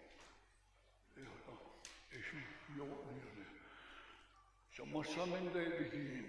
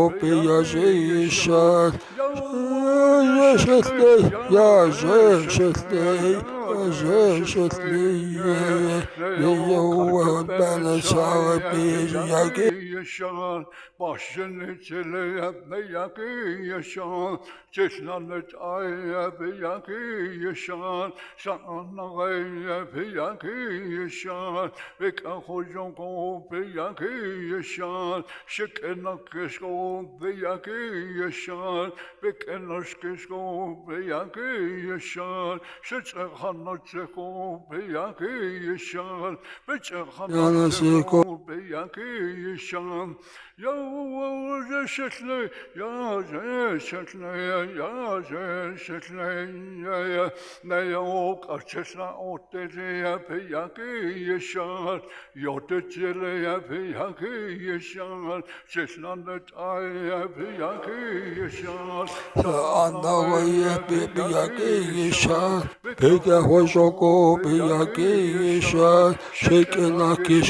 Piyaki Yeshan, Bekenoshkesko Piyaki Yeshan, Shitzehanacheko Piyaki Yeshan, Betzehanacheko Piyaki Yeshan, No Shetley, Ya Shetley, Ya Shetley, Leok Archechol Piyaki Yeshan, Nikizatle Piyaki Yeshan, Shetlandet I Piyaki Yeshan, Sa'anagai Piyaki Yeshan, Bekankozoko Piyaki Yeshan, Shekenakesko Piyaki Yeshan, Bekenoshkesko Piyaki Yeshan, Shetzehanacheko Piyaki Yeshan, Betzehanacheko Piyaki Yeshan, Yo, Shetley, Ya Shetley, Ya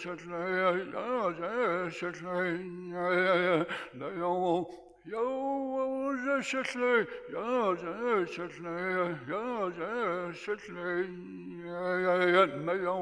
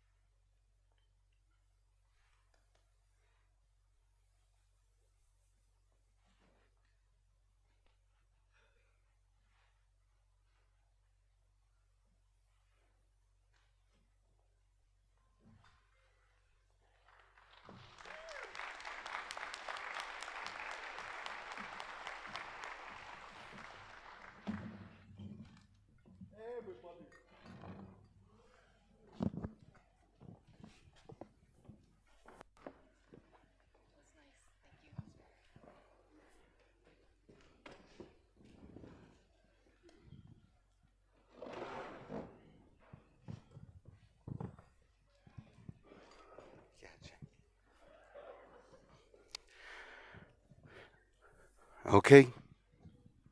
All right. We will conclude here with prayer. Please join me in welcoming Dr. David Nez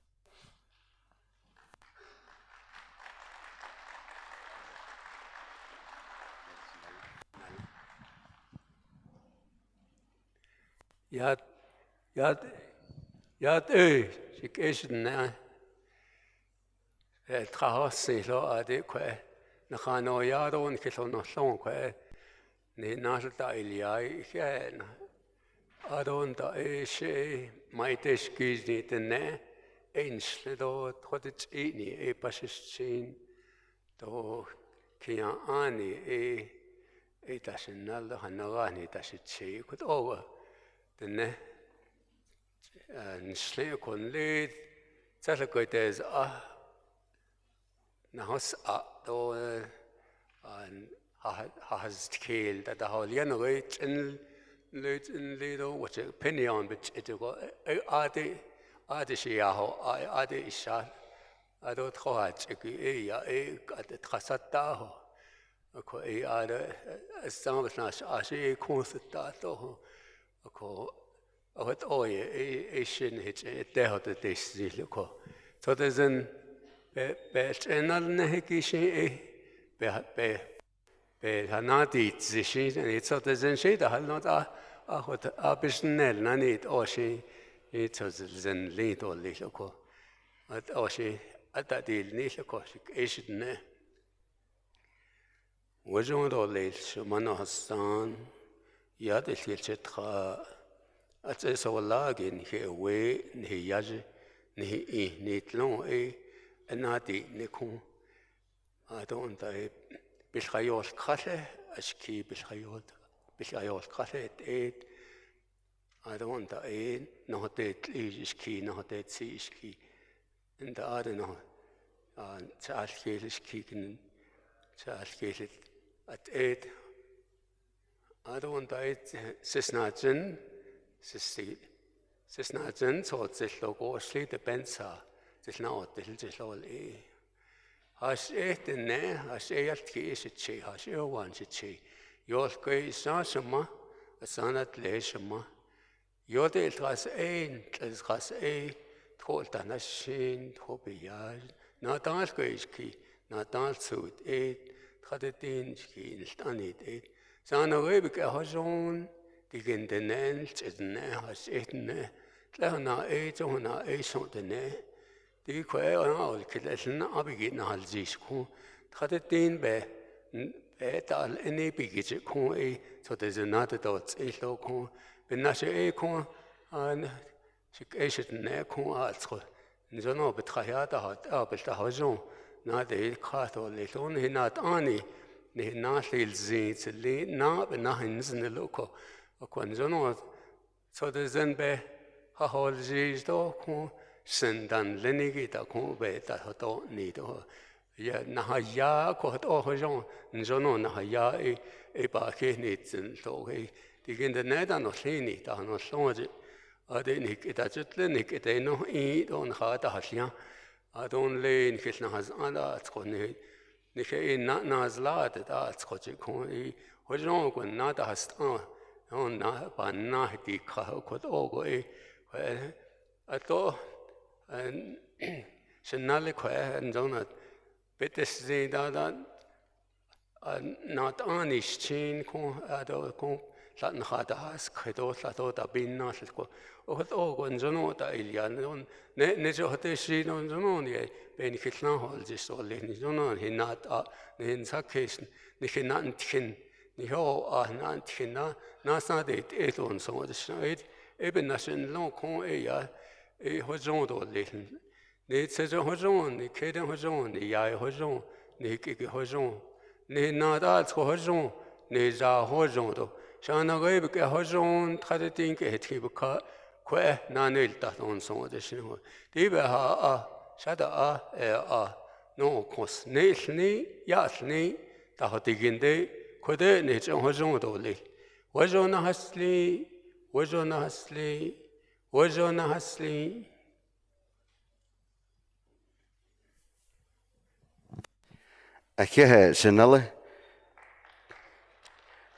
Please rise for the retrieval of colors by Dinesani Tlatsoro Color Guard.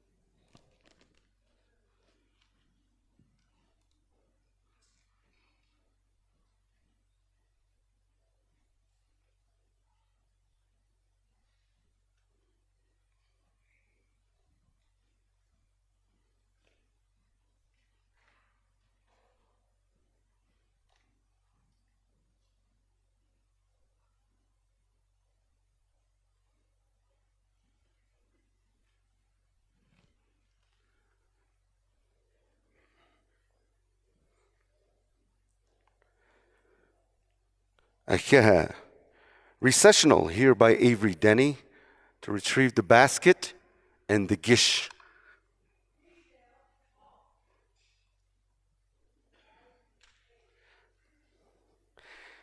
Everyone on stage may exit and follow. Everyone on stage may exit and follow. Avery.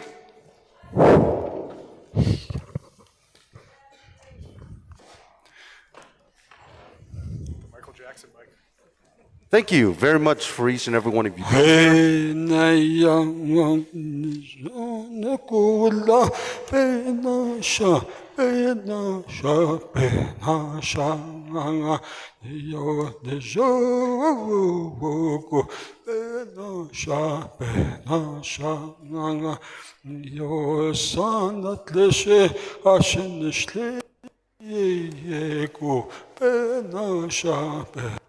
Shanganga, yo, sesnachine pellato, woste, no shape, na shang, yo, yorketsile, pellato, woste, na shang, yo, zitlanet, ayo, appellato, woste, no shape, na shang.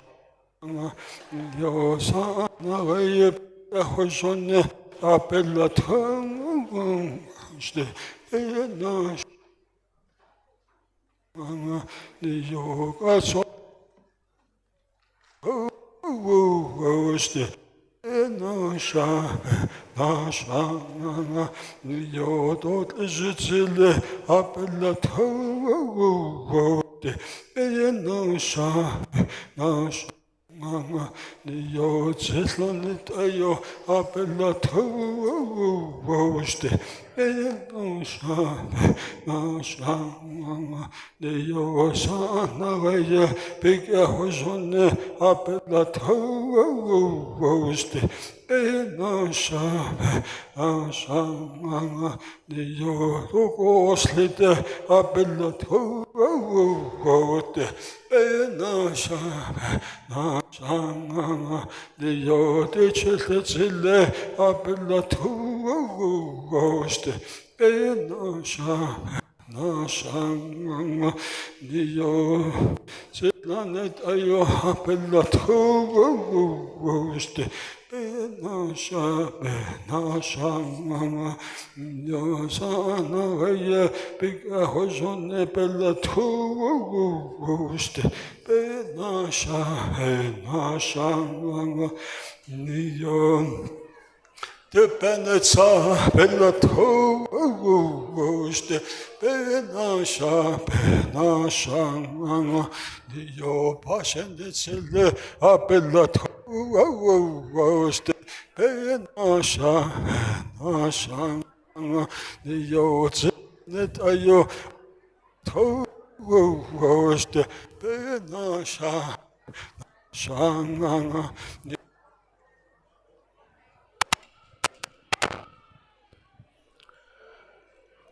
All right. Testing, 1, 2, 3. Testing. Testing, 1, 2, 3.